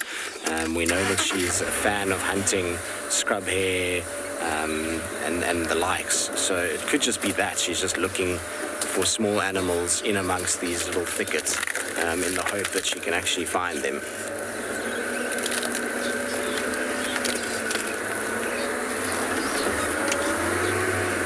Drongo, leave her alone. She's not hurting you now. Hey? Okay.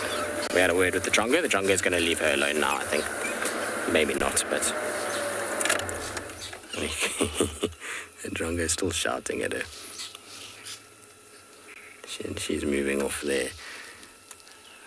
I think they've sent a clear message, though. They've certainly pushed her quite far from where we first kind of started and where they first were shouting at her. She's moved probably about a good 30 meters from there, which is quite a long way from a bird with a nest.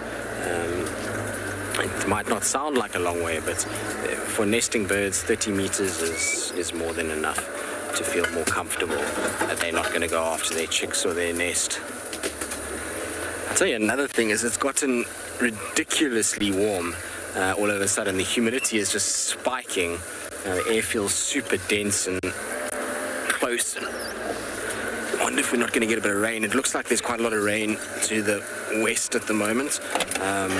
On the horizon, if I kind of turn this way, you might just see it up there.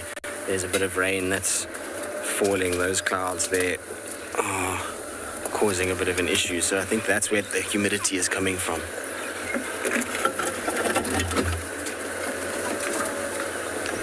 Mandy, why do female leopards live solitary lives? Well, female actually leads less of a solitary life than the male does.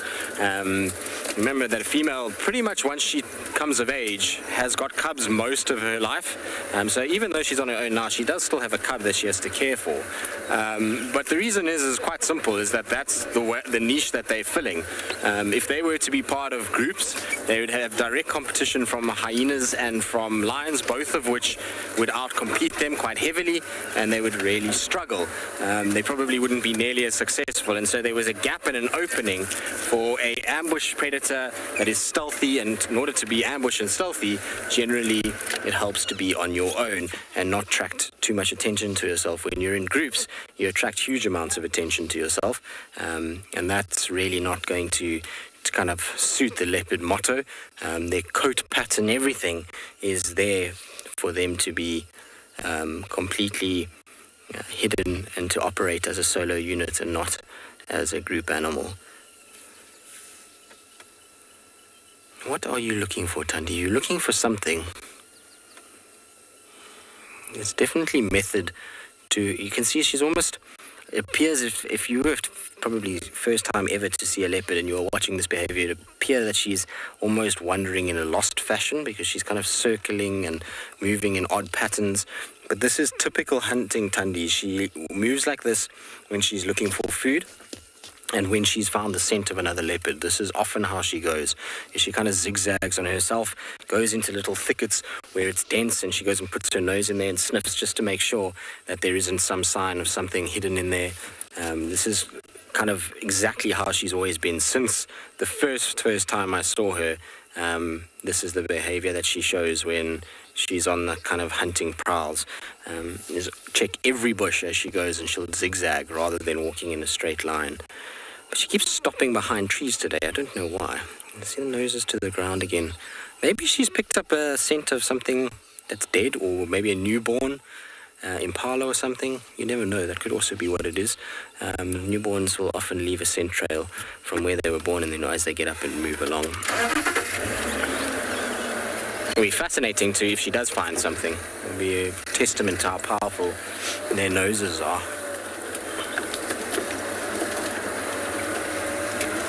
Just trying to see which way we're going to go here. This area always looks so innocuous. It always looks like it's so gentle and there's no stumps, but there's always something that you've got to be careful of in this area. There's like hidden stumpy sections. Alright, we can't go over the leadwood, so let's go around.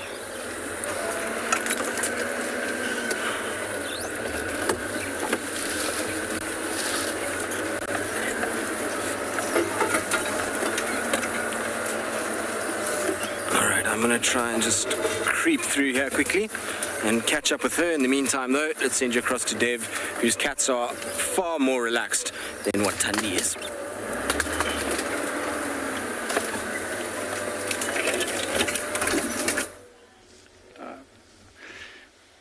Welcome back.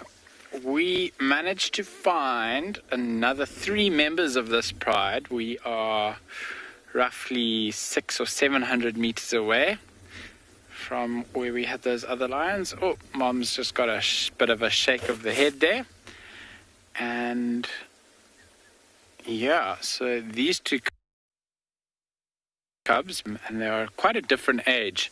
So you can see they are much smaller, and we were just talking about spots on lion cubs, and a really, really nice example now, because these cubs are much younger and are quite spotty still. If you look at their hind legs and then around onto their bellies.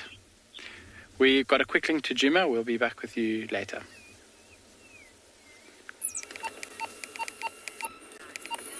Well, we've just found what she's been looking for. Look in the foreground in front of Tundi. There is a warthog. It's less than 3 meters away. There's a massive spider web, though, between her and the warthog. So Tundi is just watching it. Now, this size warthog would be the right size for her to be able to go, and there might even be little piglets in there. That's what we might be looking for. But there's a little standoff between the two of them now. You can see how close she is. She's right there. It really is very, very, very close. This warthog has no idea that Tundi is there. I think this warthog is still pregnant. And there are little ones there. I can't see. There is a little one, I think, or there's an ear at least of something in there. So there's more than one. But this warthog has no idea that there is a leopard right behind it. Its only saving grace is this massive spider web that is all over the front of this mound. You can see it there, so Tundi's got to go through that to get to this warthog. Now, if this was a male leopard, something like Hukamuri, Tingana, Mulawati, they probably would have taken the opportunity already and would have dived in. But she's a lot more aware of warthogs. She knows a warthog can be dangerous, particularly because of her size. So she needs to just quickly check first, okay, how big is the warthog? Is it large enough to actually go after? I also can't believe the warthog is coming out to investigate us. Generally, warthogs don't do this at all. They're normally quite shy and would have gone deeper into the mound rather than come out.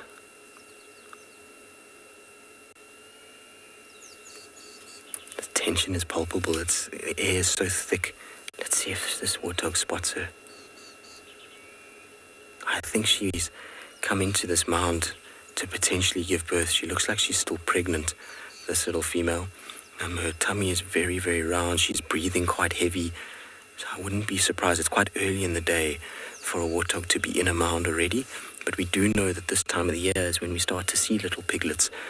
So it could be very possible that this little one has come here to give birth over the next couple of days. And Thandi, sniffing around, has somehow managed to pick it up. Look, look, look. Here comes Thandi, here comes Thandi. She's gonna wait.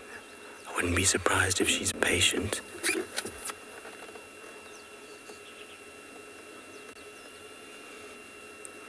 She's nervous because she doesn't want to go flying into that hole because she doesn't know what else is down there. She doesn't know how many warthogs are there and whether or not there's a big boar that could potentially hurt her.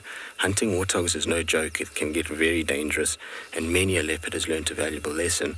There is actually an incredible sighting.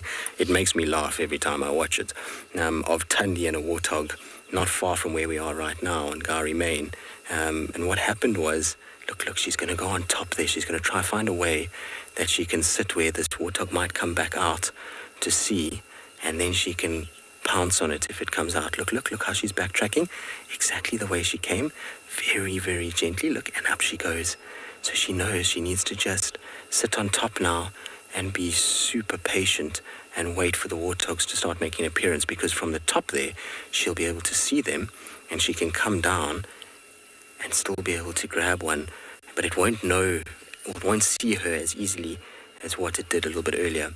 Now, because she's done that, I'm also going to reposition and give this space a little bit, because we didn't know the warthogs were here. We just came around because she was walking around the mound.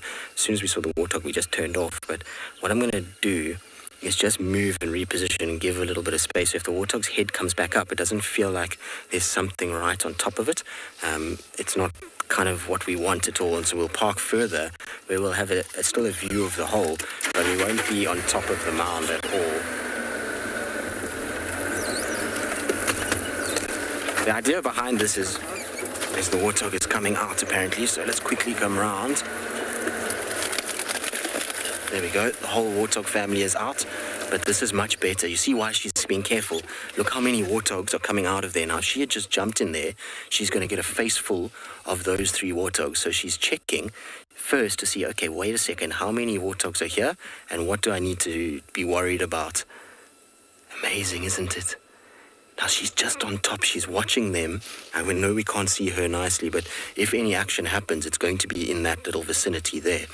So it's worth just parking further away. You see how we've distanced ourselves now? Those warthogs won't feel like we're right on top of them, and therefore will be a lot more prone to actually moving around than if we're there. So we don't want to influence the hunt in any way. So we obviously don't want to benefit Thandi, but at the same time, we don't want to hinder the warthogs either. So it's always good just to give a little bit more room, and this is a lot more comfortable for me and for the warthogs and for Thandi, I would imagine. That way also, if those warthogs want to run, we're not in the way where they potentially run into us and she grabs one. Always just feel better when I give it a little bit more space. It's amazing though, the difference between a female leopard and a male leopard in terms of their approach to warthogs. Delian, indeed, it is a very tense moment. Whenever you get predator-prey interactions of this nature, like I say, the air tends to feel like it's thick and that you can cut the tension with a knife. So we'll just have to wait and see what plays out. I think she's a bit intimidated by the sheer number of warthogs that are here. Even though these warthogs are all young warthogs, those 3, they are still something that can provide a fair amount of strength and could hurt her. So I think she's just calculating before she decides to do anything. Look, this warthog's coming out. I think she's waiting for warthogs. There we go. There, she's got it.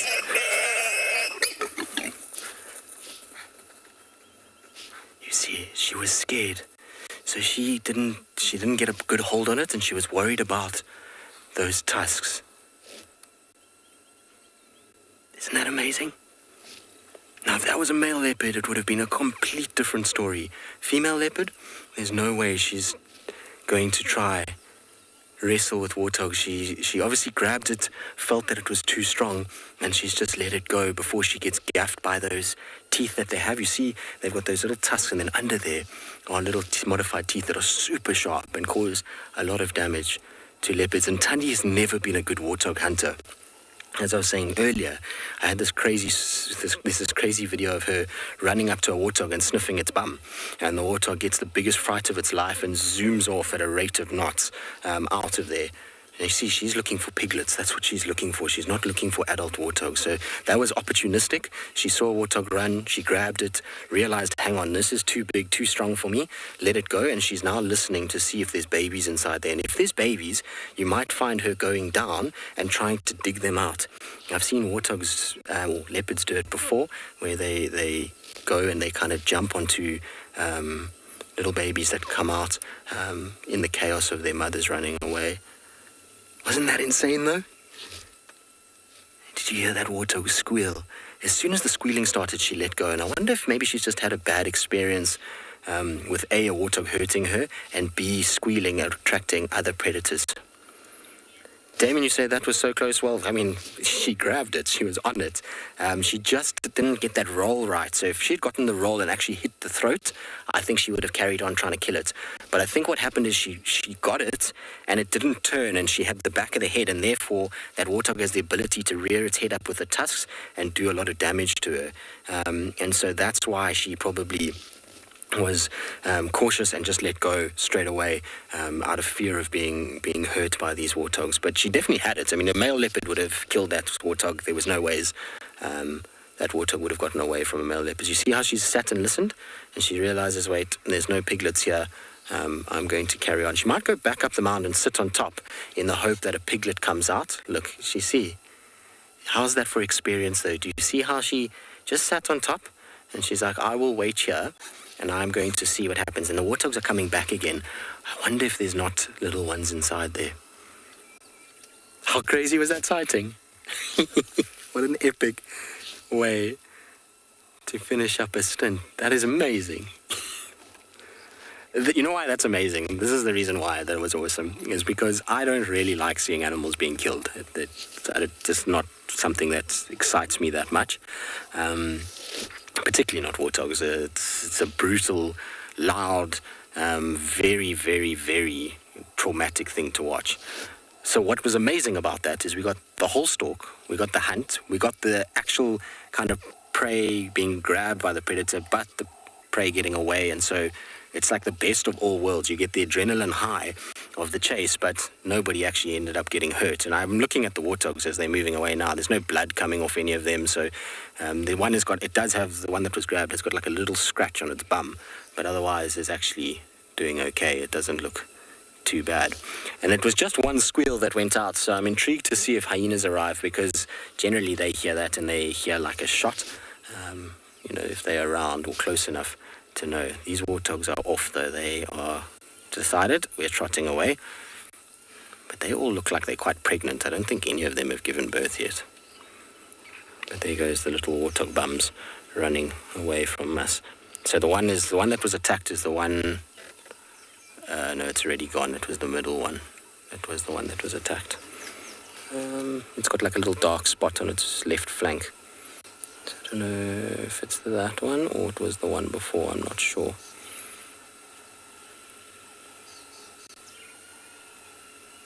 Nope, they're out of here though. Wow. Well, that went crazy very quickly. Thandi. Sometimes I wonder about her though. Like, you would have thought that she would have just held on. I mean, she did all the hard work. She got what she needed and she grabbed it, but I just think that she just didn't get a good hold, and she was just too nervous from there to let it go. I mean, to hold on to it, sorry. I'm trying to just see if there's somewhere I can park where we can get the hole, but also get a view of her and watch her. I think she still thinks there's something in there. Otherwise, she wouldn't be hanging around. I don't think she would have stayed. And we couldn't have had it any better. I mean, she ran pretty much straight towards us. It was in as textbook a kind of hunt as one could imagine from a leopard. That was crazy. There we go, we can park. This is actually quite a nice view as well. We'll be able to see nicely from here, because we can watch her carefully. And if she hears little piglets in there, you'll see her come down onto that lower platform of the mound in order to try and grab what is in there.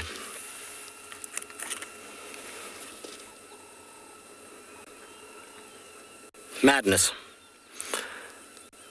I thought she was going to hold on to it, though. I really did. When I saw her actually grab it, I thought, okay, the instinct will just take over, that she's got it in her paws. Now she needs to kind of wrestle with it.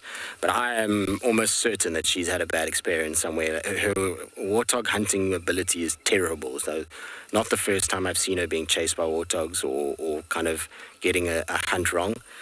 Even piglets, she doesn't do very well. Kuchava's much better at it, actually. She's pretty smart when it comes to hunting piglets. But Thandi has never really been one that's that good at it. Do you see how quickly she was onto it, though? It's like a flash. The speed of a leopard from 0 to kind of top speed is just unbelievable. That was crazy. Thandi?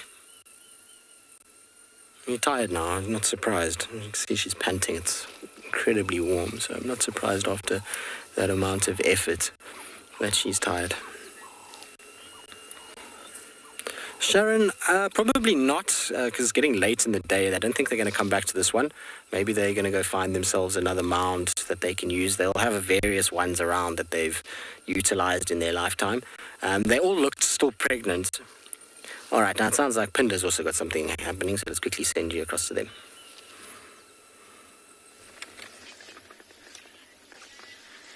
Absolutely incredible scenes over here. We have come to this watering hole, and there's these buffalo bulls, and just on the other side there are 2 cheetah. The buffalo bulls were seemingly quite accepting of the cheetah who wanted to go drink out of the same pan, but we just had a little interaction now where the buffalo bull kind of made a bit of a noise and did a little half charge towards one of the cheetah and sent them running off. Here comes one of the cheetah back around now. She's just lying down on the other side of the watering hole there. So this is a mother and her cub. And oh, I really wasn't expecting to see this when we came around the corner here. This is crazy. So these are 4 older buffalo bulls.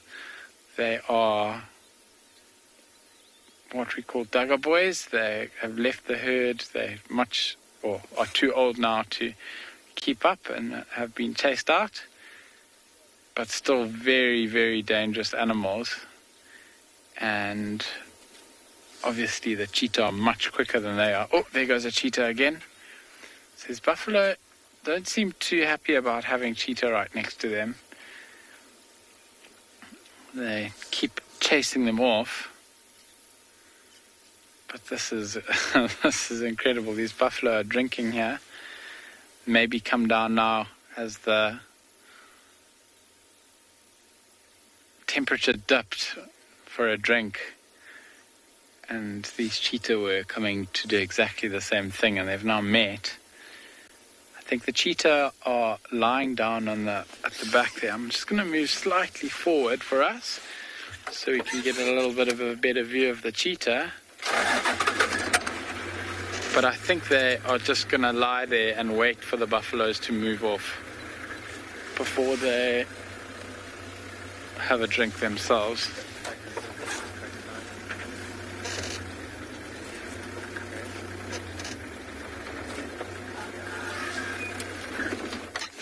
There's a bit of a better gap so we can actually see these cheetah. Wow. This is amazing. I think one of the most exciting things about the bush is you could come around a corner and see absolutely anything. And that's really what's happened here, is we very unexpectedly just bumped into this scene. There's some more buffalo on our right that seem to be coming down as well.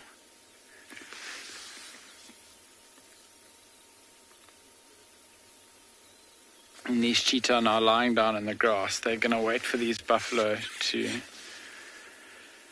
finish drinking and wallowing, and I think they'll come and have a drink after that.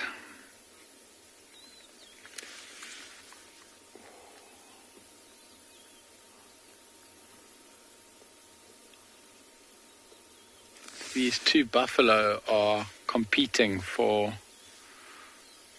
a spot at the, I think in the corner of the watering hole, or the little mud pan here, where the water is deepest and most clean. And they're tussling a little bit around to get the water. These cheetah are just going to have to be patient, I suppose. That's what they need to do now. There's no way that they can push these buffaloes out and have a drink themselves, but buffalo will move off a little bit later. So I think if these cheetah just stay and wait, they'll get their turn.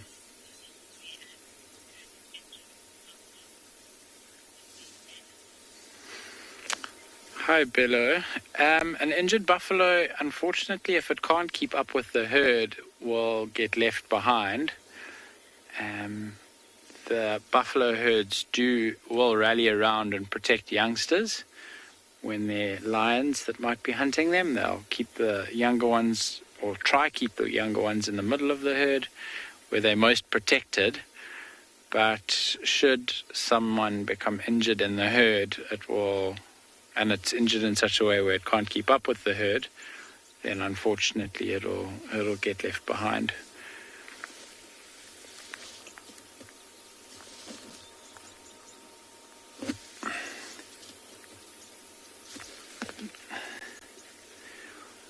We can tell that these are buffalo by having a look at their horns, buffalo bulls, by having a look at their horns. We call the spot on top of the head where the two horns meet the boss, and the bulls, or the males, have got a much thicker boss than the females. So the females have got quite thin horns, but these males have got very thick horns, and they meet at the boss on top of the skull, that huge thick layer of horn, which is there to protect the brain, actually, when they are fighting with one another. Very amazing adaptation. Is the buffalo now walking towards where the cheetah are lying down? Well, he's not happy. He's had enough to drink, I think. So those cheetah might have to move a little bit again. But they don't seem too worried, actually. That buffalo is probably 3 or 4 meters away from where they're lying. And they are just lying quite still. Still patiently waiting. These buffalo are just getting into it, though. There are still more. There are a couple more that are coming to drink and to wallow. I think I'm going to try and move a little bit again, just to get a little bit of a better view of the cheetah, and just so you can see exactly how close the buffalo and the cheetah are to one another.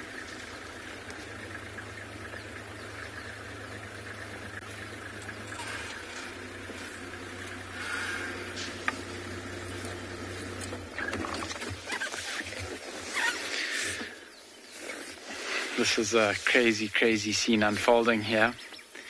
You can see this whole kind of herd. There's 2, 4, 6, 8 buffalo bulls that are right here.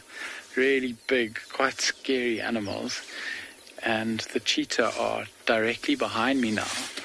They are lying down in the grass, not far off. And I mean, the distance between that one bull and the cheetah it's literally less than 5 meters.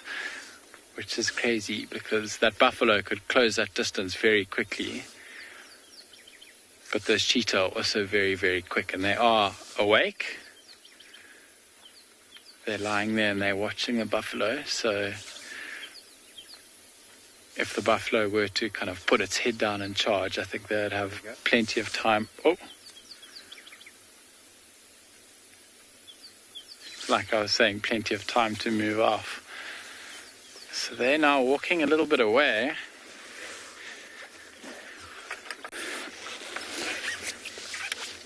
They seem to be heading off. I think these buffalo might have had enough now of the cheetah being close, so the cheetah might need to move off a little bit and then come back to drink a little bit later. You can see the size of these buffalo. They really are massive animals. And a lot of muscle in the body as well. They really are built for strength. And it all comes and concentrates on the head. These two are having a little bit of a tussle on the right. Not a serious fight, but they definitely are locking horns. You can see heads down, facing one another. No, now they've stopped. I want to move us around to where the cheetah are. And maybe now that the buffalo is not in the way, we can have a bit of a closer view and less interrupted view of exactly where the cheetah are lying.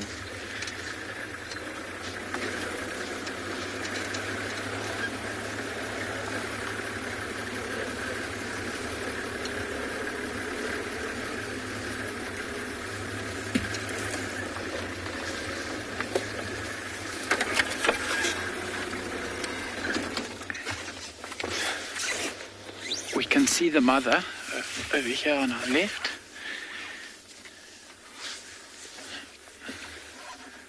She's lying down. She's probably given herself about 20 meters of a buffer now between herself and the buffalo, and the cub is just behind her, another 5 meters into the long grass. Lying down there, also very aware and awake. But this has been an incredible surprise and such a wonderful sighting. We are going to stay here with these animals and see if the buffalo move off and the cheetah do come to drink. But for now, we're going to send you off to the next location.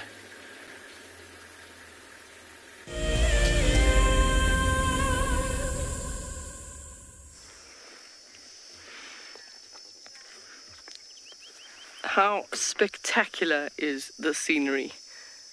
Absolutely stunning. So that's a section of the mountain that we call the Langkloof, and you're actually just watching all the butterflies, brown veined whites, all coming in from the right hand side, going over to the left. We're just going to sit and admire the view for a few minutes.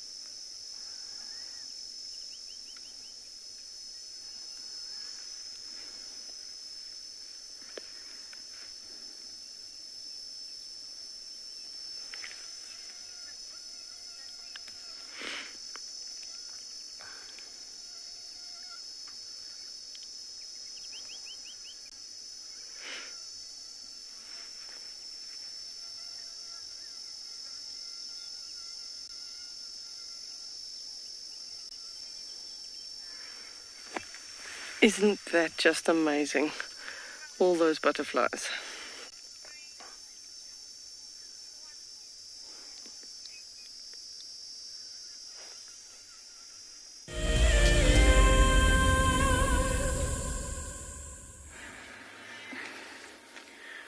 Welcome back. We have got a magnificent sunset on top of this beautiful sighting. There's that very distinct peak in the distance, and the suns and the clouds behind it are looking absolutely magnificent.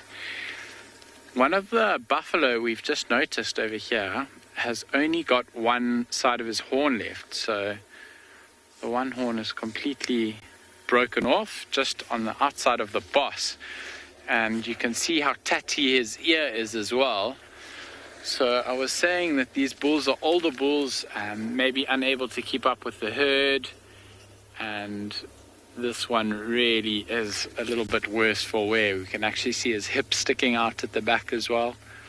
So this is an old bull,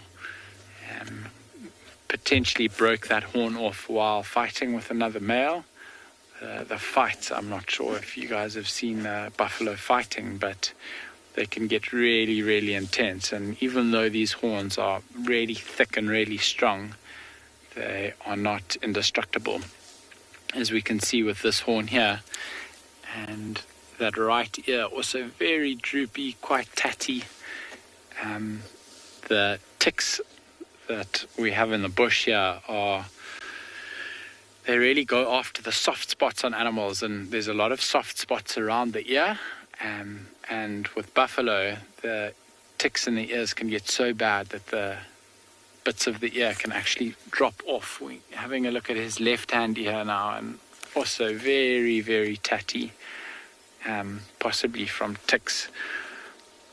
Now, the way they deal with ticks, if we go across to this buffalo on the left, he's found a scratch post, and he's having a good scratch. It's an old stump of some tree that he's got there. And there we go, he's rubbing himself up against that old tree.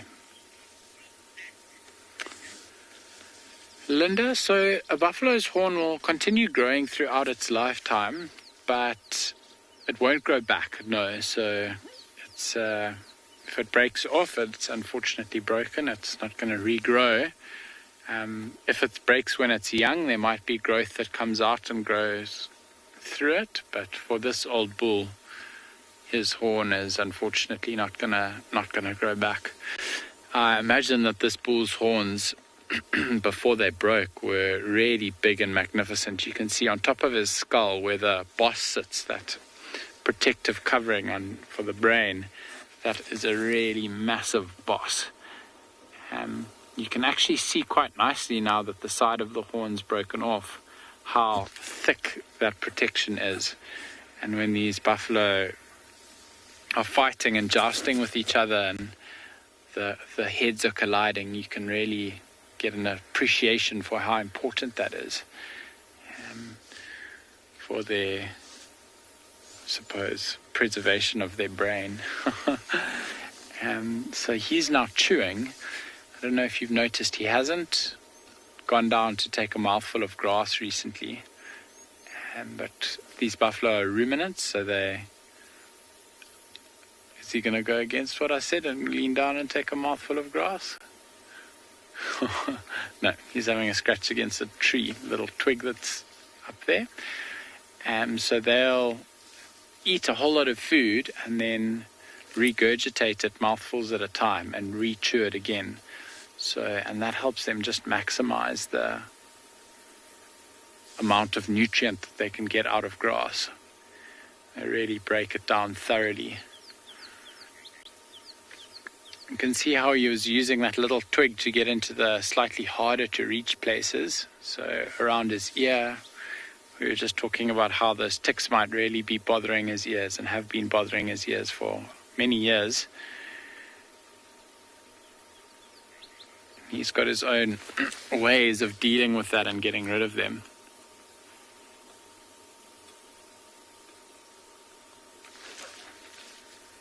He's also got a very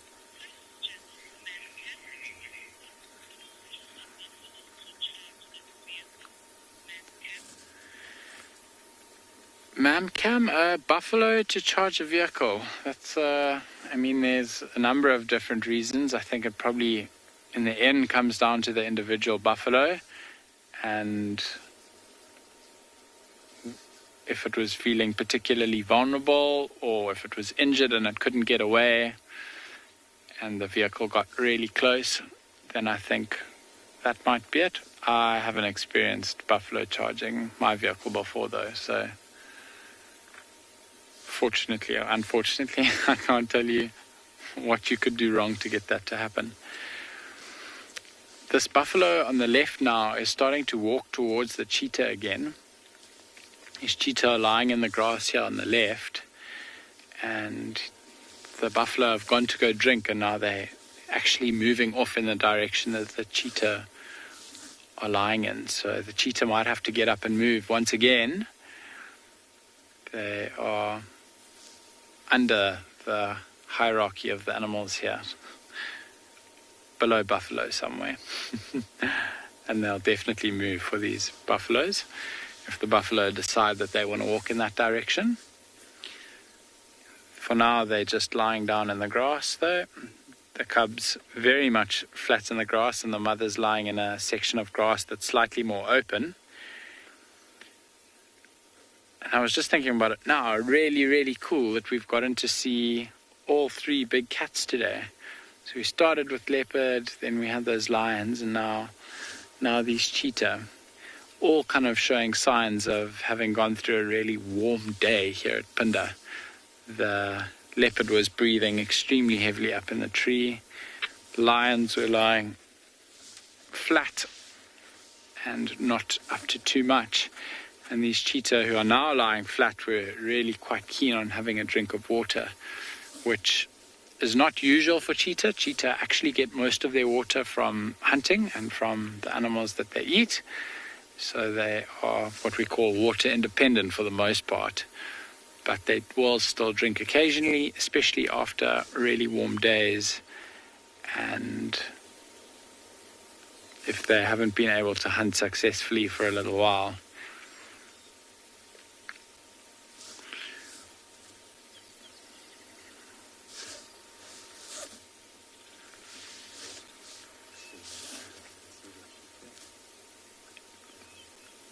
The buffalo are now grazing a little bit. The one closest to us in frame has got his head down. He's kind of smelling the grass and slowly picking at it. The buffalo.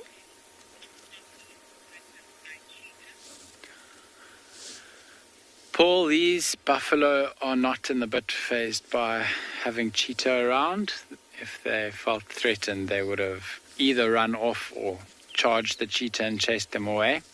Cheetah, especially female cheetah, are much too small to think about taking down a buffalo, especially an adult buffalo. And there he goes. Not charging the cheetah at all. Actually, he just walked into the cheetah space, and the cheetah decided that it was time to move off, and there she goes and lies down underneath another little bush. If the buffalo did feel threatened by these cheetah, they would be behaving much differently to how they are now. Most of the bulls are on our right, still around the mud wallow, and these two seem to be trying to lead the others away, but the others are standing around at the wallow. What they'll most likely do from here is carry on feeding for the afternoon and into the evening. We're going to see this buffalo walk right past this mother cheetah now. Yes, that is so cool.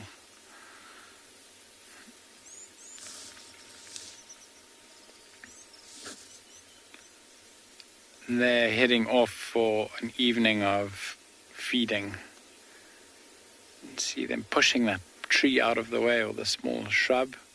Those two bulls have decided they've had enough of being around here. They're moving off. But the other bulls don't seem to be following. So these cheetah might have to wait a little bit longer to go have a drink. I don't think that's too much of a problem for them, though. They are more than used to waiting for animals to move for them. We're going to pan across to the sunset now, which is just getting more and more beautiful by the minute. You can see those clouds I was talking about that gave us some relief from the heat earlier are quite thick on the horizon line there, but there are a couple of gaps where the beautiful golden light is just pouring through. Really incredible. I think one of the most amazing things about being out in the African bush is, most amazing and most iconic actually, is the African sunset. We really do get magical sunsets out this part of the world. And tonight, even though there are clouds, is no exception. I often find that clouds actually enhance a sunset.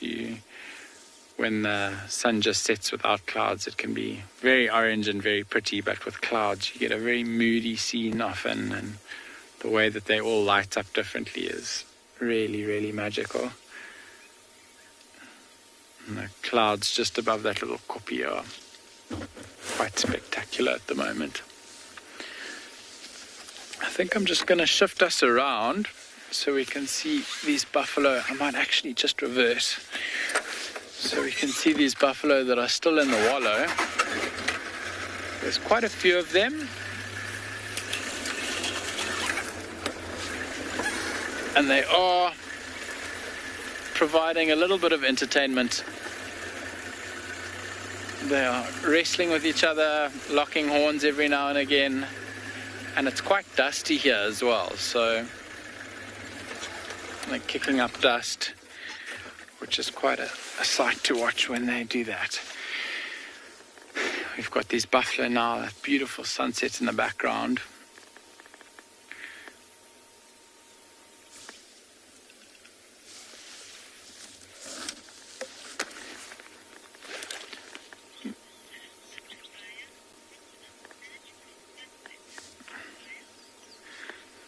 But Fire, I completely agree with you. I think it's a really beautiful sunset that we're getting at the moment. The sun hasn't quite dropped below the horizon. I think it's still got another 15 minutes or so, maybe 10. It does start going down quite quickly at this point. And a magical scene to be sitting in. We've got these buffalo here, the cheetah still waiting patiently, and these buffalo walking around, kicking up this dust is quite a scene as well. You can see that the grass around this mud wallow has been quite worn down. I think, oh, there we go. So these two might be, no, thinking about locking horns, but then they changed their mind. The texture on this near bull's horns is really amazing. It's really, really quite something.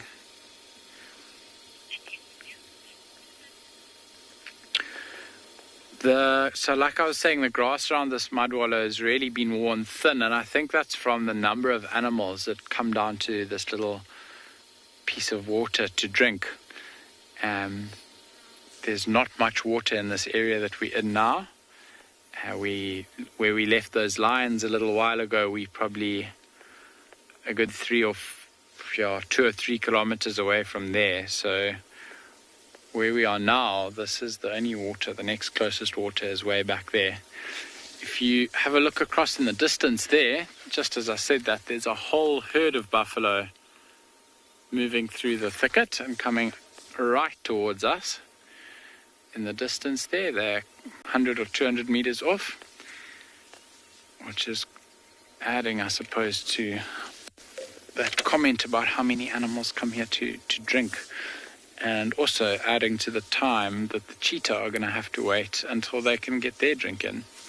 It'll be interesting to see if this herd arrives now and has maybe some smaller buffalo in the herd, how the adults, and in particular the mothers, are going to react to the cheetah when they see them. It might be quite a different reaction to these bulls that are here, even though I don't think that the cheetah would try catch a buffalo calf. The buffalo calves are much more susceptible to predation than these older bulls. So we might see a little bit of a different reaction coming out of that herd.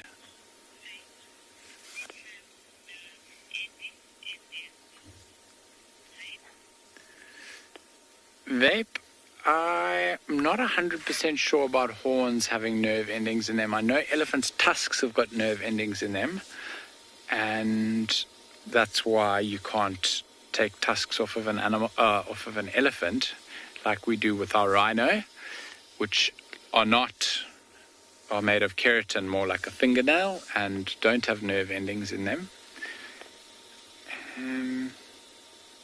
Quite an interesting thought. I think if they do have nerve endings, I don't think they're very many, because it doesn't seem to bother animals too much when horns break and things like that. Not like a sore tooth bothers a human anyway. The buffalo that's coming in from the left-hand side now has also got some damage on his horns. On the horn facing us, it looks like it's shattered a little bit, and some shards of horn have come out. A lot of these older bulls show signs of wear and tear on their bodies, though. We were talking about the ears of the buffalo earlier being tattered and torn. Lots of these bulls have got ears that are not quite complete anymore. They're missing little bits and pieces here and there. These buffalo really are trying to make the most of this little bit of water. Here we go, he's looking at us now. We can see actually on the boss as well, it looks like there's some horn that's cracked off. And just as we said that, the herd of buffaloes emerging from the bush behind us on the right, or behind the buffalo rather. So more buffalo entering the scene. I wonder what these bulls are going to do when the younger females come in. They two that are fighting for water are really getting stuck into each other. Grayson Punda Game Reserve is quite large. It's about just under 30,000 hectares, or 250 square kilometers. So it's a large piece of land. And where we are now is very close to the southernmost point of the reserve. We are maybe a kilometer or two from the southern gate, as it were. All these buffalo on the left are now coming in. You can see them arriving. Much younger animals, much better condition. The females have got really beautiful coats, actually, nice and dark. If you look at their ears, the ears are much more intact. Some of the horns of these animals are still very vertical, which is one of the signs of being younger for them. Their horns only get that very characteristic curl after a few years. So they're born without horns. You can imagine it would make childbirth quite complicated if they came out with horns. And so they come out hornless, and then as they start growing, the horns start growing as well, and they grow straight up for a while before they start filling out and getting the curl that buffalo horns get.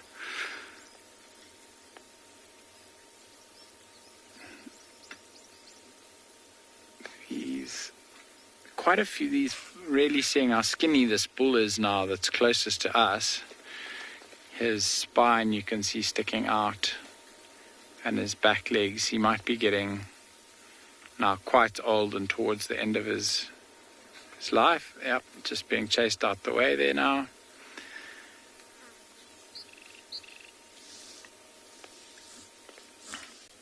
The cheetah are still very much in the same place as they were 5 minutes ago.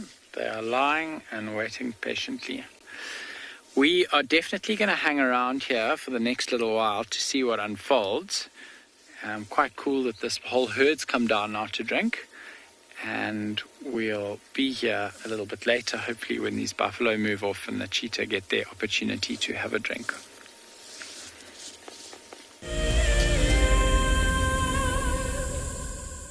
Welcome to my car. This is Wendy, and she's my favorite. She would love to have your name engraved on her so you can be with her every single time she goes on a safari here in Djuma. If you become a Wild Earth Explorer, you will have the opportunity to buy an engraved tag, which we will attach to her. We will make sure to send you a digital picture to show you exactly where you are sitting on her. You will have front row seat in every single sighting. My name is James Hendry, and I work here at Djuma Private Game Reserve in the Sabi Sands on the western fringes of the Greater Kruger National Park. My favorite part of getting questions from viewers is that we get to have long and varied discussions about all sorts of different aspects of nature. Because our audience comes from all over the world, it's very special to have different perspectives from everywhere. If you want to submit a question on Wild Earth, you need to register on our website. Once registered, go to the Live Safari page and submit your question beneath the live feed. Hello everyone, my name is Trishala and I am a naturalist and safari guide here in Djuma Game Reserve in the Sabi Sands in South Africa. I think that the information that we provide, and most importantly the questions that you ask, give both you and I a really good idea of what's going on. My friend Fernando here, he's a flat-necked chameleon and I love them. They're just these gems that you manage to find in the bush. Catch up with the guides daily here on Wild Earth. Have you been watching Wild Earth and dreamt of being right there on safari with one of the guides? Well, now you can. Wild Earth is offering you a chance to buy a ticket to dream. You or a friend can hop on board a live Wild Earth show and join our guide on safari. The ticket is redeemable at any of our locations, anytime in the future. Only a limited number of tickets are available, so don't wait. Get your ticket now and start dreaming. Terms and conditions apply.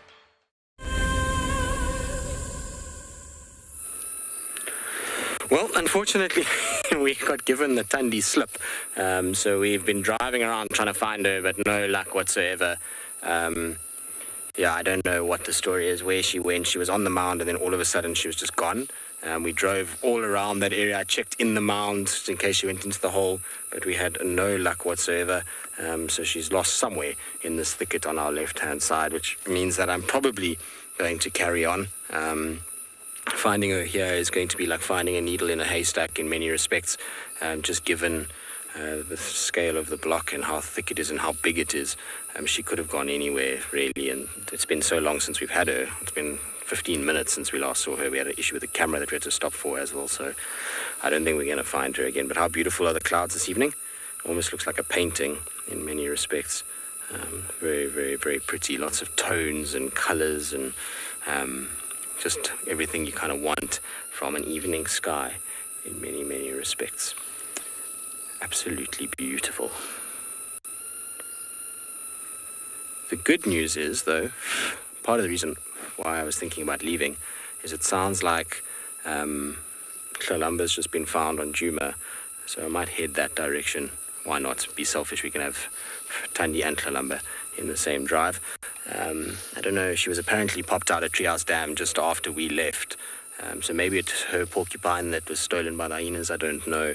But she's apparently fairly stationary for now, so we'll probably head in that direction, see if we can't catch up with her, which is straight down the road into that beautiful sunset. Theo, should we go? I think we should go.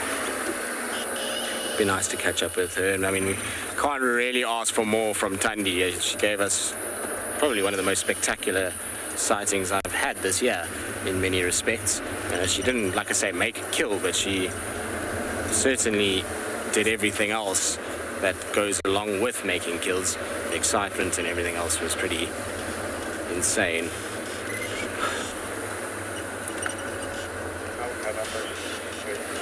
So Angel, it's difficult for me because I really, really do enjoy all of them. Sounds like she's going into a tough spot, so we're going to try to see if we can find her again. All right, copy that, fan. I'll make my way in that area, see if I can relocate. Thank you. And so, difficult for me to answer that. Tundi and the females?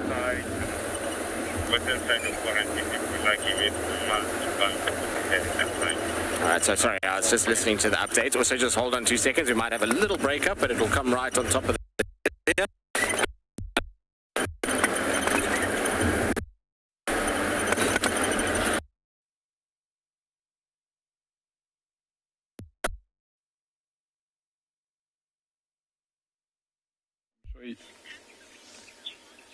headbutt me, I headbutt you.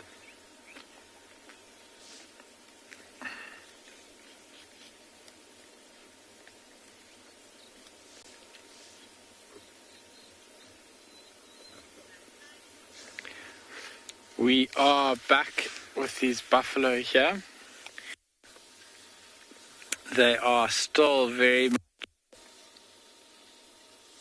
feeding. These ones in the front here have now started feeding on a little bit of grass that's left here. And the buffalo around the water are slowly to get to the corner where the deep is. And there's a few scuffles that have broken out, nothing serious, so just a bit of pushing and water.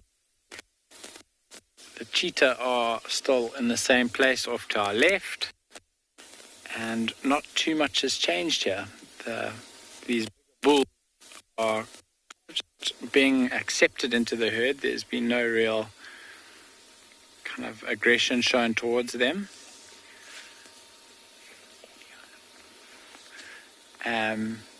But we're yet to see what's going to happen when the buffalo move away.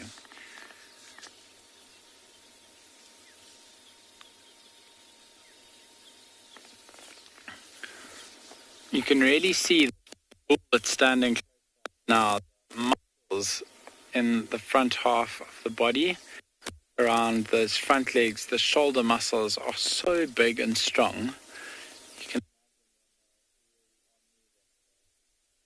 Are massively powerful.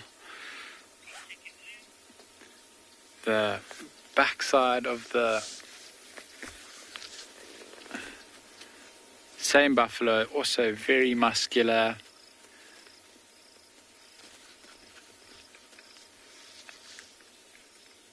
And you can just really see how strong these animals are.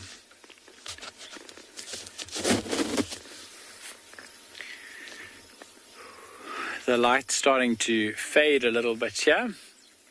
I think one of the females noticed that there was a cheetah across to the left, but there is no real change in behavior towards them. And these buffalo are really now coming into this watering hole. The herd that came down wasn't quite as big as I thought it was. There's maybe 20 or so animals that are here.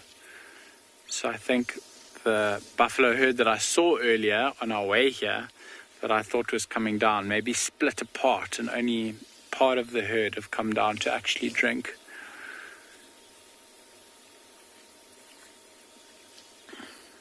It's been we're at the end of a very long hot day though, so these buffalo are drinking lots of water.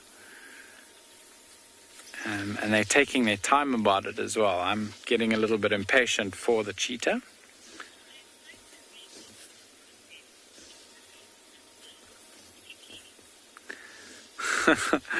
Picky, that's, yeah. I don't think they'll finish all of the water. I'm sure there'll be a little bit left for the cheetah by the time they move off. This little wallow seems to actually could retain quite a lot of water. I'm not sure if there's a little spring here or something like that on the side of the hill. So it is quite possible that it could be that. And that's why there's water up here.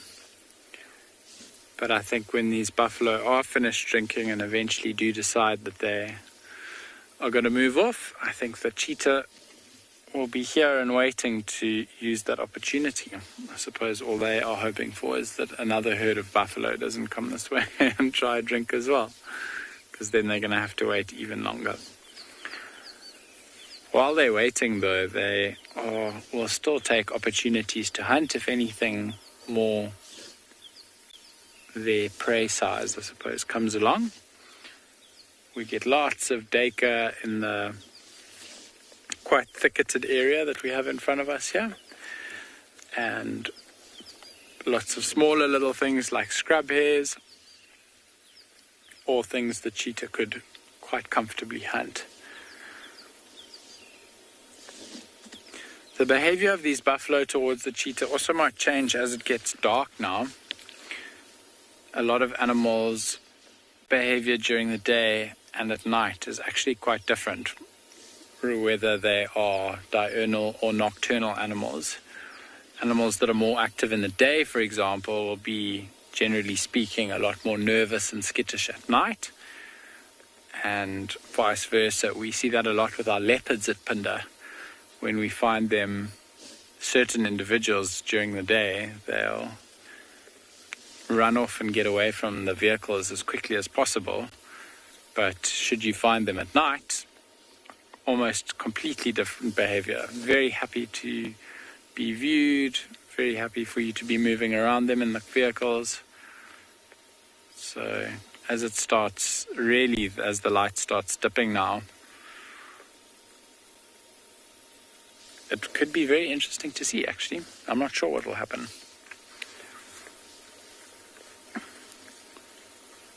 And some of the bigger buffalo are now moving out of the water.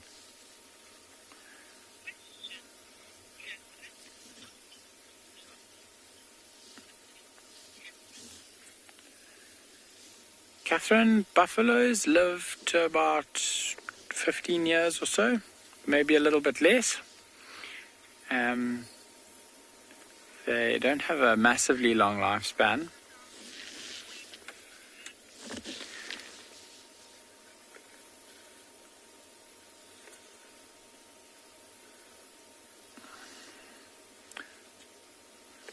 The younger animals are all coming down to drink now.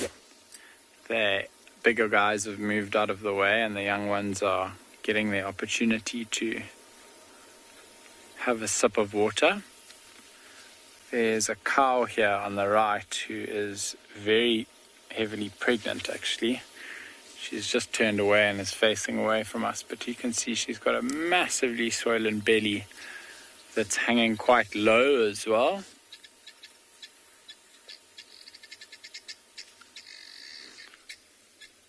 There's some guinea fowl off to our left that are calling.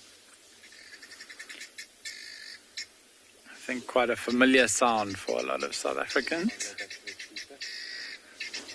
Yeah. The cheetah cub is now moving across back towards its mother.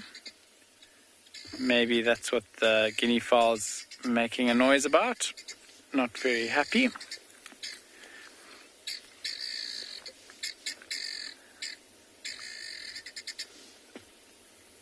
This cub, they lie down flat, and she actually has just disappeared completely into the grass. So the mother's still lying there. She's rolled over. Oh, a big yawn now.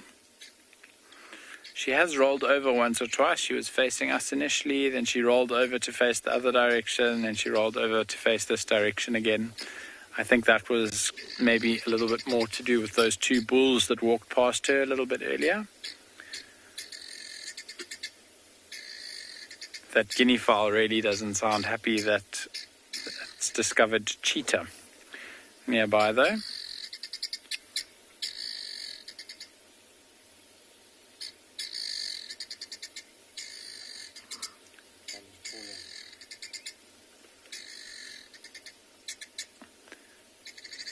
There we go.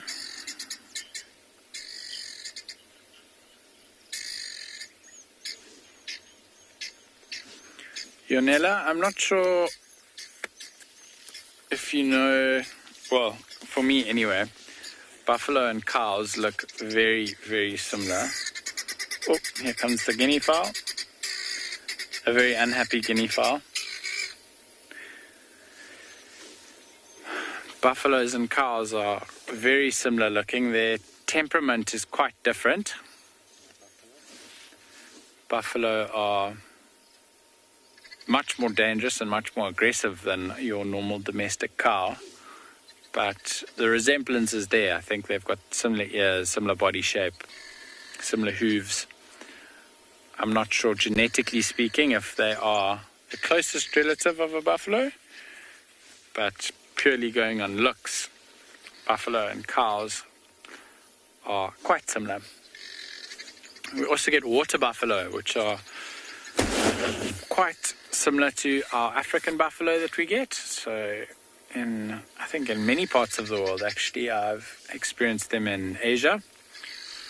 But water buffalo, much similar looking to our buffalo than cows, except they can be domesticated. So they can still be quite dangerous when in the wild, but they can be domesticated and actually used for subsistence farming in some rural areas.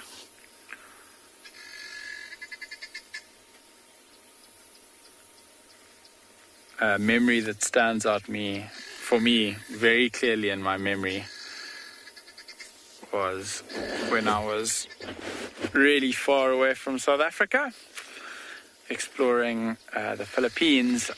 I was driving a motorbike around the back of one of the islands, as one does, and around the corner, I hadn't seen anyone for about half an hour, and around the corner came a water buffalo.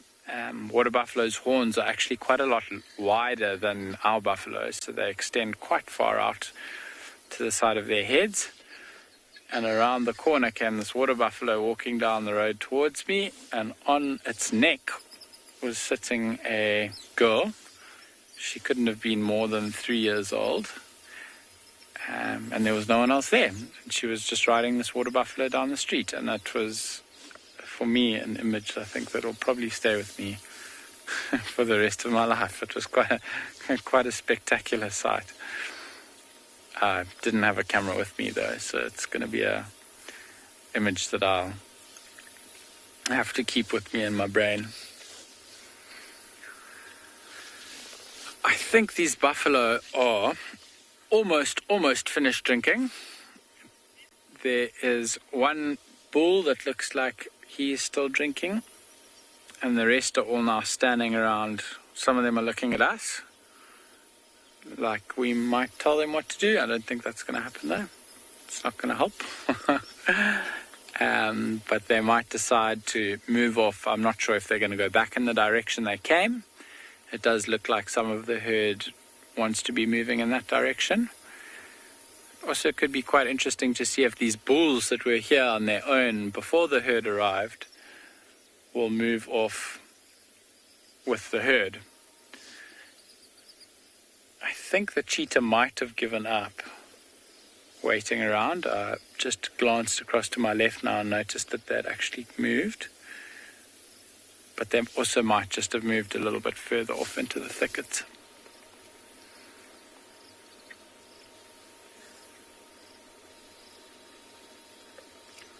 The herd here is slowly getting moving. The sun is now set. It's starting to get a little bit darker here. And yeah, there we go. I think this is going to signal there's a female there that's kind of egging the rest of them on. I think she's going to signal the moving away from the waterhole for these buffalo. Let's see what happens. No, there's one more female that's tentatively sniffing the water on the near side here. But I think she might have to drink quite quickly because it does look like the rest of the animals are moving off.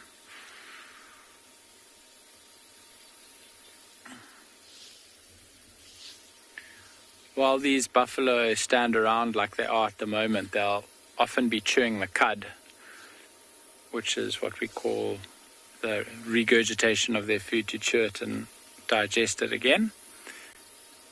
So they don't actually actively need to be picking grass to be feeding.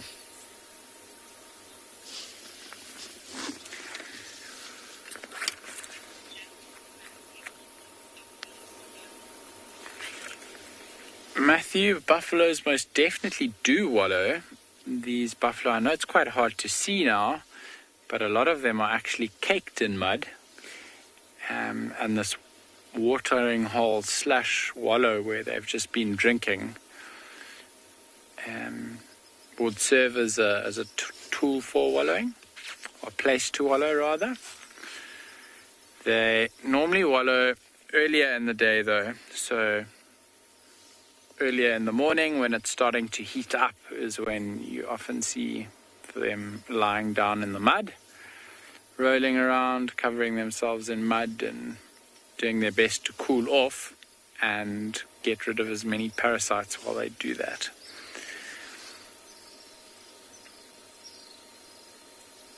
This has been a really, really spectacular sighting here this evening. I'm very happy that we got to see it.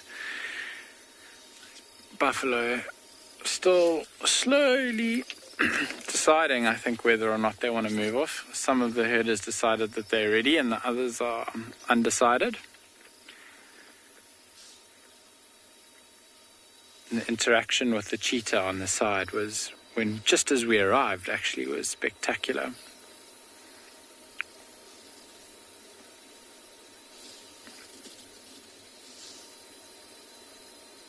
There's been some beautiful sounds that we've got to experience while we've been here as well. Hearing the buffalo interacting and kind of grunting and grumbling at each other, grunting at the cheetah. The younger cheetah, when it started moving, gave a little call, which is a little bit different sounding to lions and leopards. It's more of a high-pitched squeak.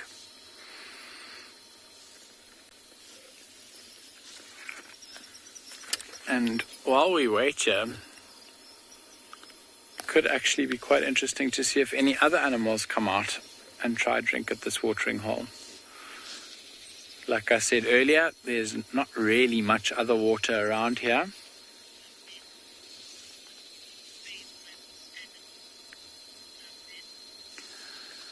Plovin, my favorite animal. What a question. I must be honest, I'm a little bit of an ocean lover myself. I grew up near the sea, and I grew up surfing and diving and spending lots of time in the water. So, hard to say my favorite. And dolphins are quite a common favorite, so I don't know if I could go that. I think I'm going to need to go a little bit different to that. But maybe we could say something like a whale. I really, really enjoy whales. Off the coast of South Africa, we get quite regularly humpbacks and southern right whales.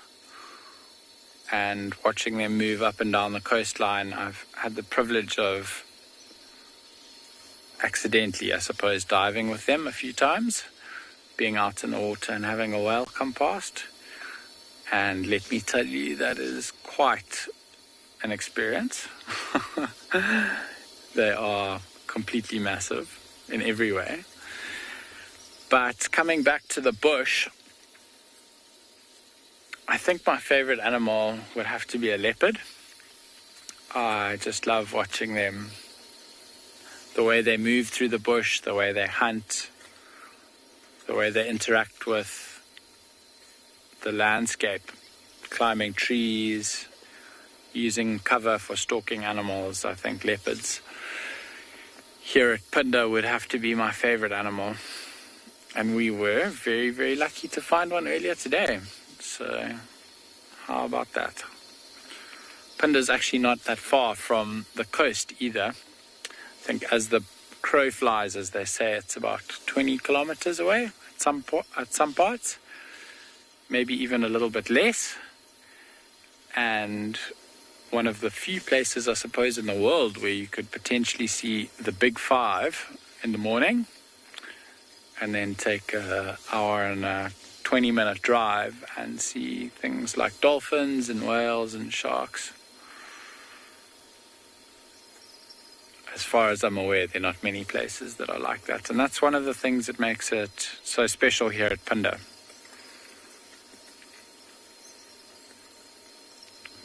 This buffalo is now slowly getting out.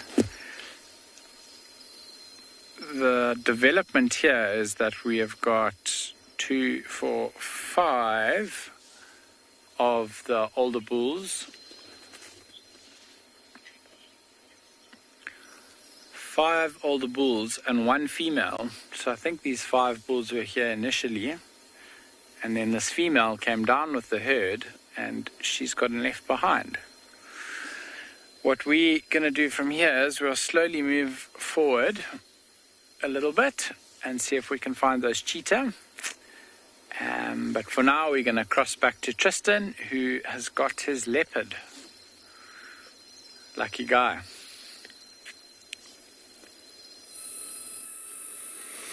Well, we got lucky. It took us a while to find her. If it wasn't for some lilac-breasted rollers shouting in the drainage line, we wouldn't have got her, and it's getting dark, so it was literally, we would have missed her if it was 5 minutes later.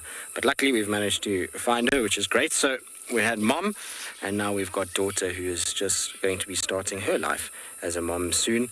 We hope. She hasn't had her first litter yet, but it can't be far away in terms of her starting to mate and finding a suitable partner, and then a den site, and then giving birth to little cubbies. It's going to be exciting when she does. To have watched her grow from a tiny cub herself to when they start to have cubs of their own is such a crazy experience, and such a privilege in so many respects. And so all the cats have come out this afternoon, which is wonderful, because this morning was super quiet. Maybe that impala that was alarming at Treehouse Dam earlier was for her. Who knows? Like I say, we left there, and then just when we kind of got to Tundi, they found her at the dam. So we were 15 minutes too early at Treehouse Dam. But anyway, it goes that way. Sometimes we've found her in the end. I was a bit worried because the vehicle said that they'd left her in the drainage line, and the drainage line is not friendly at all. But like I say, we got lucky, and she's given herself away. Well, the lilac-breasted rollers gave her away, and that allowed us in turn to be able to find her, which is wonderful. You can see she's fairly warm. It's still very, very humid this evening, so she will be panting hard even as the sun is down. You'll also notice that we're in infrared already by now. It's getting dark pretty quickly, so we're in infrared purely for her benefit. She's on the edge of quarantine in this drainage line, and as we know, there's a lot of animals that move around in quarantine, and therefore if we're spotlighting her and shining lights on her, she's going to get seen super easily, and that's not what we're out here to do. We're out here to have as little impact as possible, and so we don't use lights on them at all, and that's why we're in infrared now. It's still fairly dark though.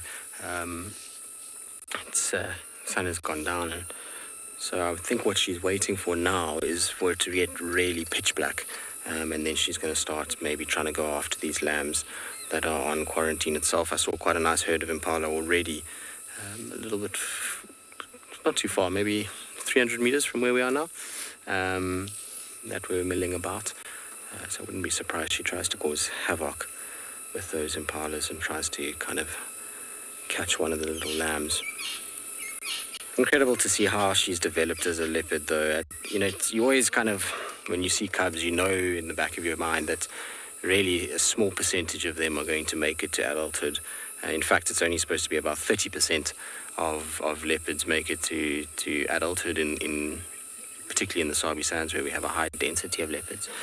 So it's always such a privilege when you see them grow and you see them being looked after from mom, and then that really difficult period where they go on their own and they end up having to try and figure out life as an individual cat that's no longer looked after by its mother, and that perilous journey to navigate a new territory, to find a territory within a high density area, lots of males, lots of rival females, and eventually they figure it out and they then start to become, you know, these fully fledged adult leopards. And it's a very cool thing to be able to spend time with them and watch them grow from there. And like I say, she is just from start to finish been amazing. She has always started to kill early. She's made lots of big kills.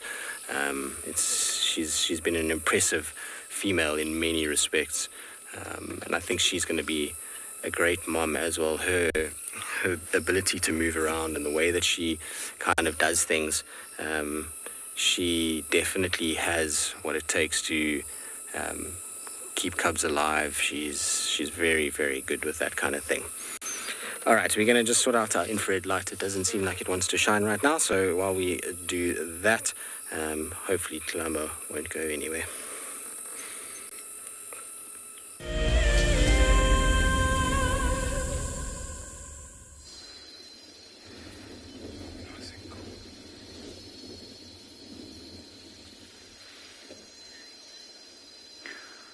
We managed to find them again. How exciting is that? They actually hadn't moved off that far.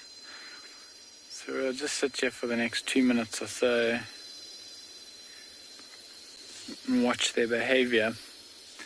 The mother's sitting up facing us, and maybe a little bit hard to see, but you can just make out the two dark backs of the ears of the cub. Oh, there the mother goes.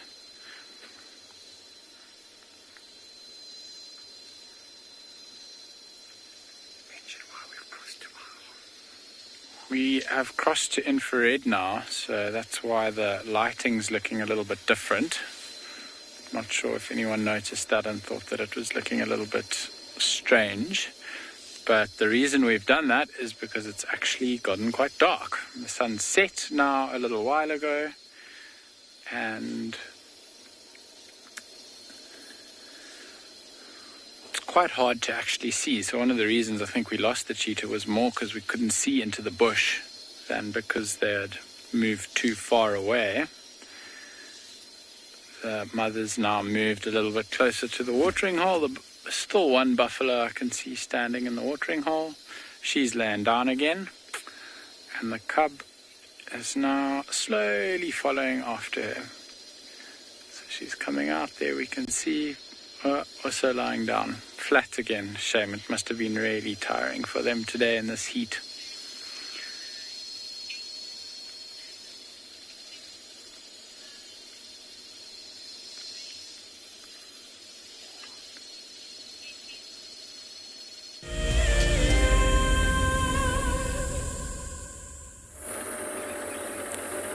Well, little Tlalamba's on the move, which is what we expected.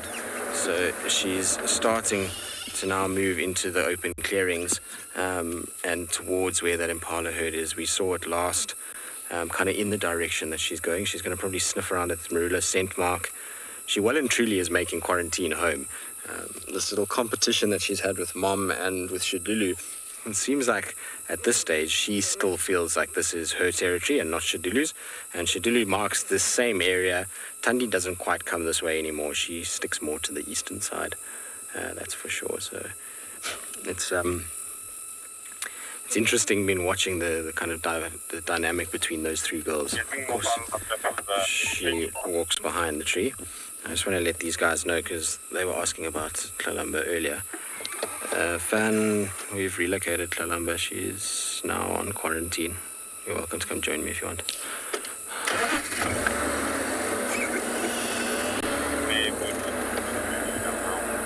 Right, so I'm going to try and see if I can just reposition slightly. There is so many sweat bees around because of the humidity. They're absolutely everywhere at the moment. It's driving me mad. I've got them going up my nose, in my eyes, in my ears, pretty much everywhere. What are you licking there? Your paws or?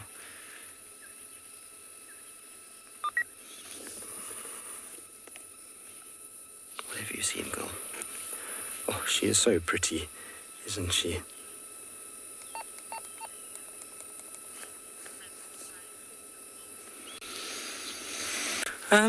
James,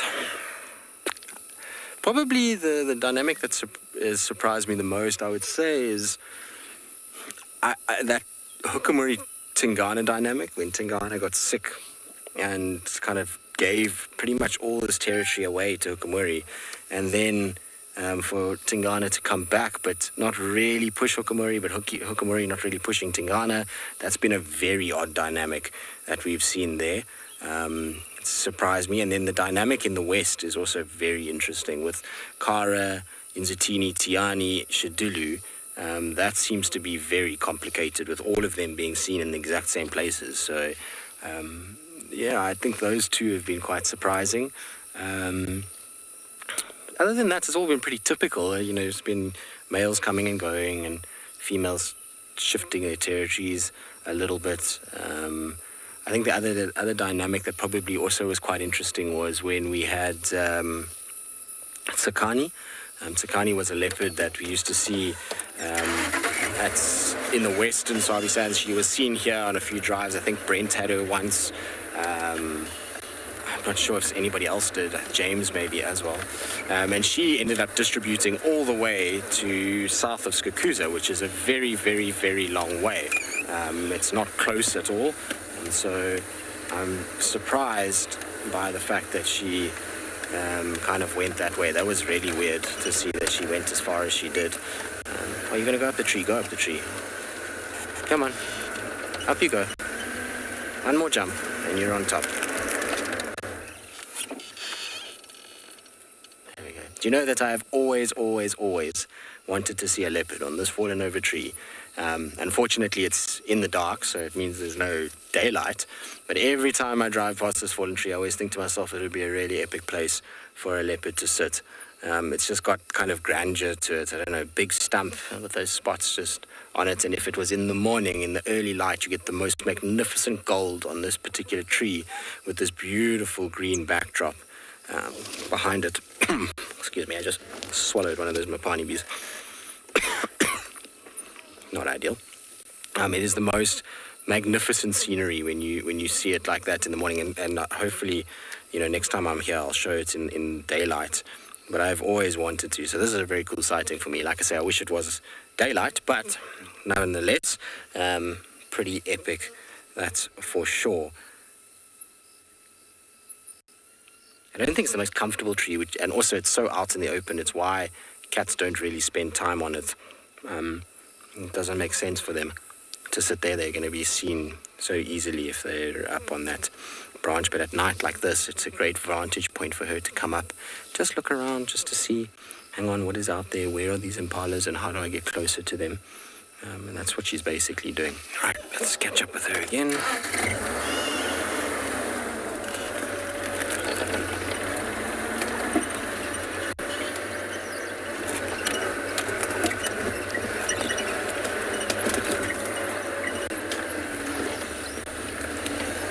Right, I'm going to keep up with her, see where she goes in the meantime, though. Let's send you across to Dev.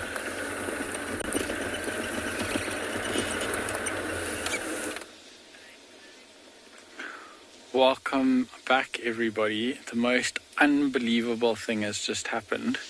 So we're sitting here with the cheetah and the buffalo. There's still buffalo in the watering hole. And this black rhino has just walked absolutely silently out of the bush and is coming towards the wallow as well.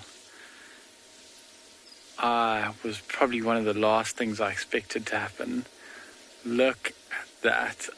Oh my goodness, that is so beautiful. This is an absolute treat. Black rhino and punda can be extremely hard to find. And we've just been sitting here at this watering hole, very much not expecting anything, very happy with the buffalo and the cheetah coming together, and this black rhino has just come into the scene. You can see it walking into the mud there now.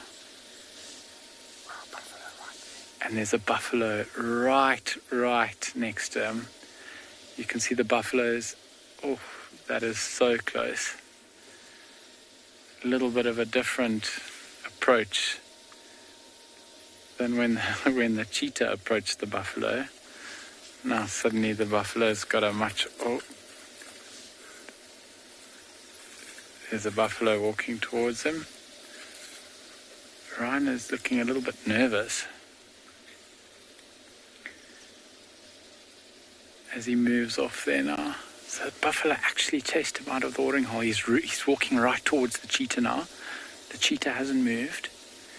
Maybe 5 or 6 meters away from the cheetah. There you can see the cheetah's right there. With the direction of wind, I think this black rhino might have got a bit of a whiff of our scent and is now standing and looking at us. Oh, he's going to move right past the cheetah, almost next to the cheetah, and the cheetah hasn't moved yet. That is unbelievable. That is so cool. Wow. This black rhino is right next to us now. You can see its ears are pointed right towards us.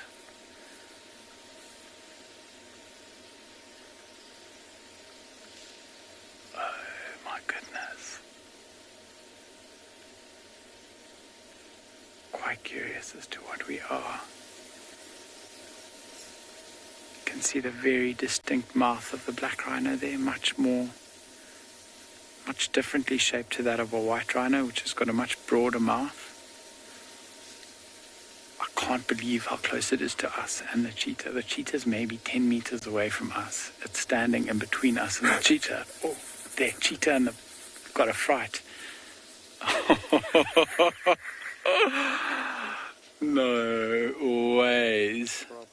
Yo, that is so cool.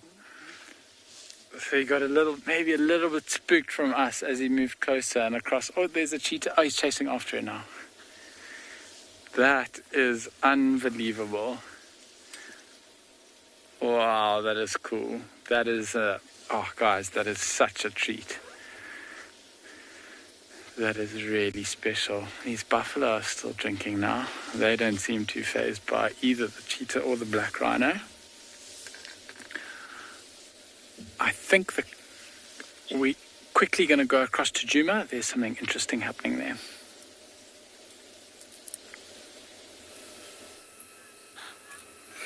Right, now we've got Kalamba and she's watching a herd of impala. She's very close to them. There's an impala alarm calling, but not looking at her. It's looking the complete opposite direction, which is weird.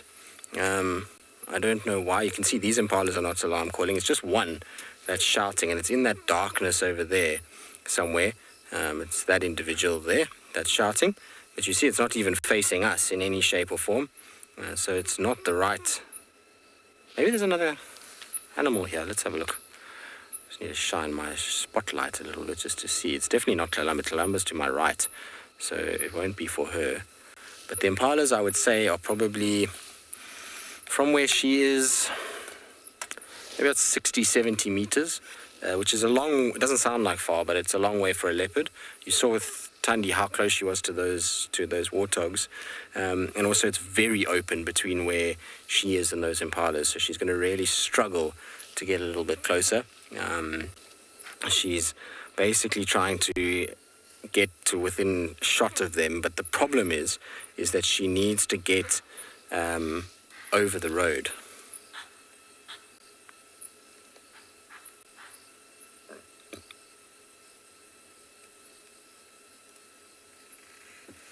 Which is going to be tricky because the road... You see how Kalamba's also looking down that way. She's also very confused by all of this.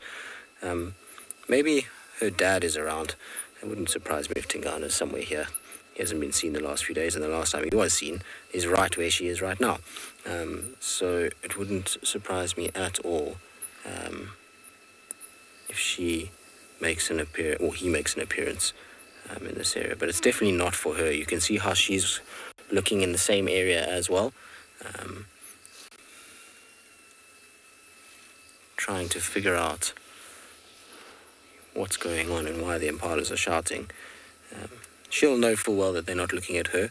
Also, because it was just one individual and not multiple impalas, I don't think that they've actually seen her. I think it's just one that maybe picked up a scent or maybe saw another animal, but definitely not her.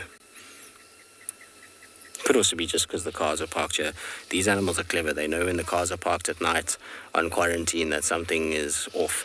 And they then kind of check around and make sure that they can see and look, and they generally then spot things.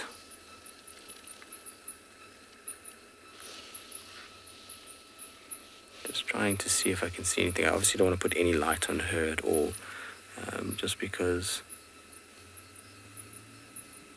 she will be seen quite easily then. But I can't see anything.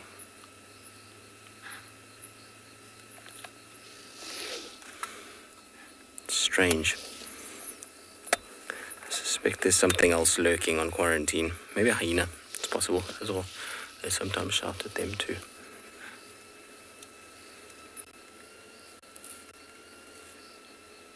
But look at how far her pupils are dilated. It's a very cool thing that we get to see at night because we don't put any lights on them.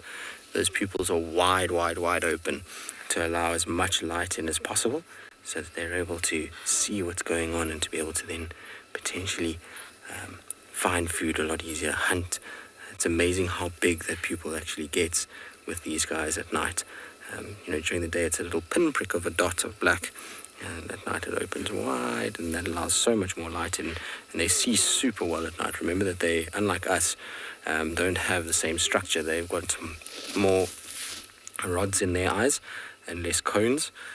We've got quite an even balance between the two, which is why our color perception is so good. With their color perception, not great, but their light tolerance is so much better. They're able to see really well in these dark conditions because of those rods and how many more rods they have in their eyes than what we do.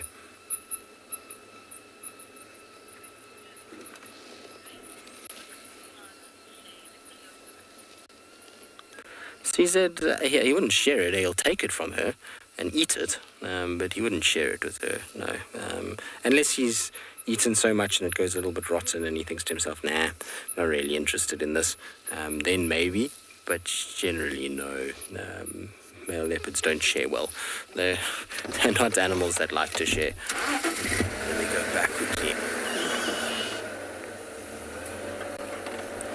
See if we can get her popping out on the side. She might be just using this way because she wants the cover of the bushes to move rather than going through the open clearing on the roads. There's a couple little sort of hedges here that she can utilize. Just trying to see if I can see her without shining a light. I can't see anything, if I'm honest with you.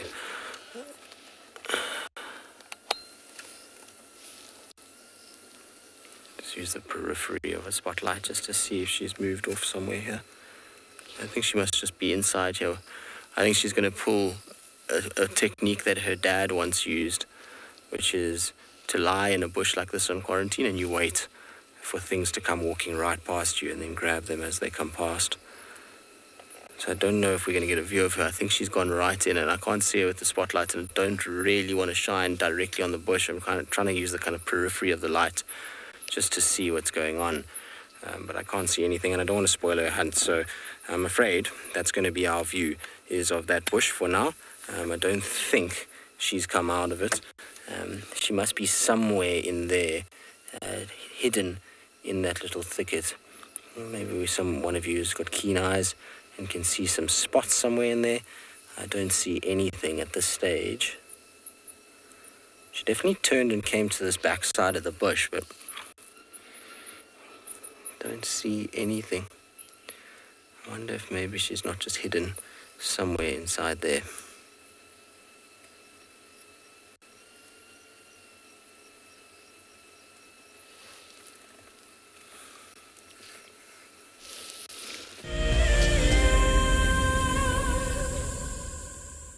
An ever-increasing part of the global population is losing its connection with nature.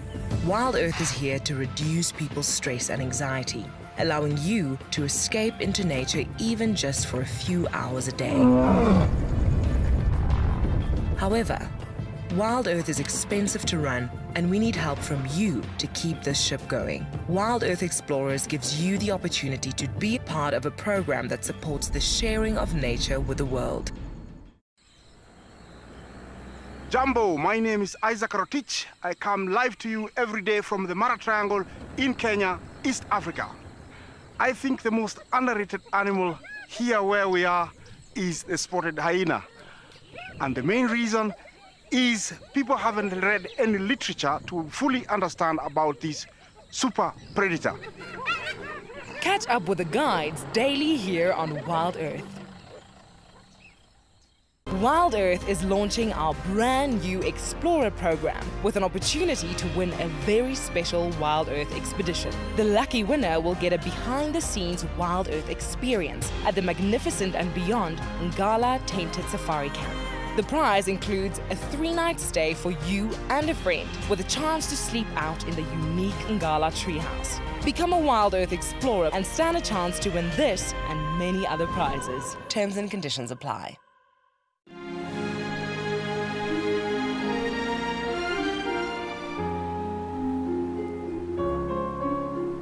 You are cheeky. That was a brave decision. Amber Eyes is... Oh. That is so magic. That was absolutely wonderful. Amber Eyes just gave that cub an enormous hug. Expect the unexpected here on Wild Earth daily.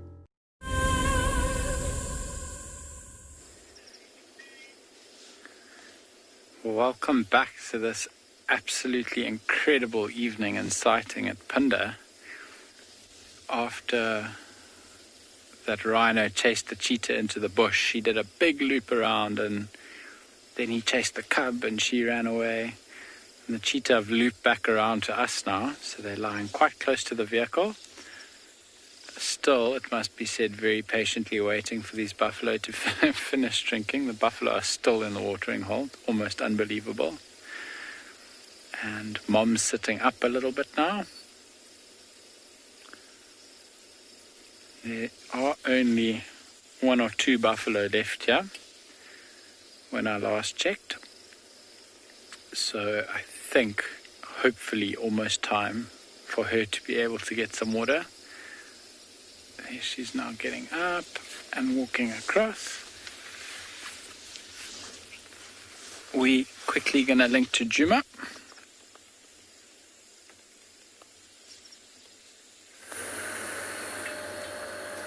Well, we managed to find her. She was very sneaky. She had gone out the back of that bush, and I just decided to check with the spotlight behind us and managed to see her tail just disappearing behind a thicket.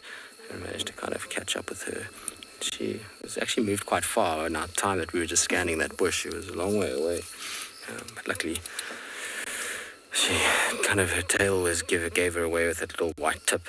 It's easy to kind of spot them when they're walking away from you, particularly with the spotlight. That white tip tends to shine quite a bit. Just trying to see where to go from here. I'm hesitant to follow her much further because all we're doing is creating a noise, and impalas are all looking at us, and I don't really want to disturb her. Obviously, she's trying her best to find food. Not that she's not a little sausage. I mean, she's in really good condition at the moment, but it just feels awkward following her through this. Like when it's a little bit thicker, it's a little bit easier because I don't have to worry about so many animals seeing her. So what I think I'm going to do is we're walking up towards the road now. So I think I'm just going to walk with her to the road, drive with her to the road and then leave her there and let her go on her own. Sometimes it's the right thing to do when a leopard's hunting, just let them go at night. You know, you're drawing a lot of attention because obviously when we drive at night, as much as you guys are seeing infrared, I need to see where I'm going so I don't have a car accident and crash into trees and things. Which means if we put a light on, that often attracts the likes of hyenas. Like I was saying earlier, the impalas are often watching then where we are, and it's a bit awkward when it comes to that. So I typically like to leave leopards at night to do their own thing and let them hunt where they need to hunt, not worry them too much. It's a nice fallen over tree here, so I'm going to just stop there. If she comes, she comes. If she doesn't, she doesn't. And we then leave it at that. This particular fallen over tree, the last time I had a leopard on this in front here was Hosanna. He was on this tree here. Some of you that were on the Wild Earth expedition, I think the very first one, it was on this particular stump here in front of me that he was on. So let's see if she'll come and repeat the performance and do what her half brother / cousin or uncle, should I say, did. So she's walking pretty much straight towards it at this stage, when we know she went up that other tree just now. Nope, she stopped and watched the impalas. I think she's a little bit further afield. So deeper behind the tree than where. Looks like she's going to come towards it. No, change direction. You can see there's the base of the tree there, and it comes up from there. So some of you might remember Hosanna sitting on that branch on the right there, on top. Like I said, those of you that did come on Wild Earth expedition, the very first one, to Djuma, you would have remembered the sighting of Hosanna on that tree.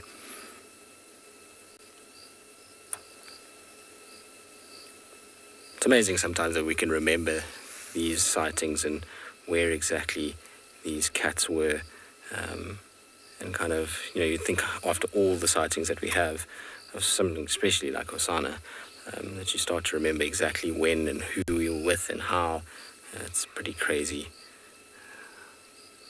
I'm not going to move any further. She's going to just disappear into the darkness. We're going to let her go. It's that time of the night anyway where we're going to be wrapping things up fairly shortly. And like I say to you, it's the right thing to do, is to let her kind of move off in that direction. You might just get a glimpse of her tail kind of coming to the right of that bush. There she goes in the background, slowly moving off. Perfect timing actually for her to just disappear into the darkness. Like I was saying, it is that time of the night where we need to say goodbye. It's been an absolutely epic 2 weeks from my behalf. So thank you all for the participation in the drives and for dealing with my spotty leopard madness.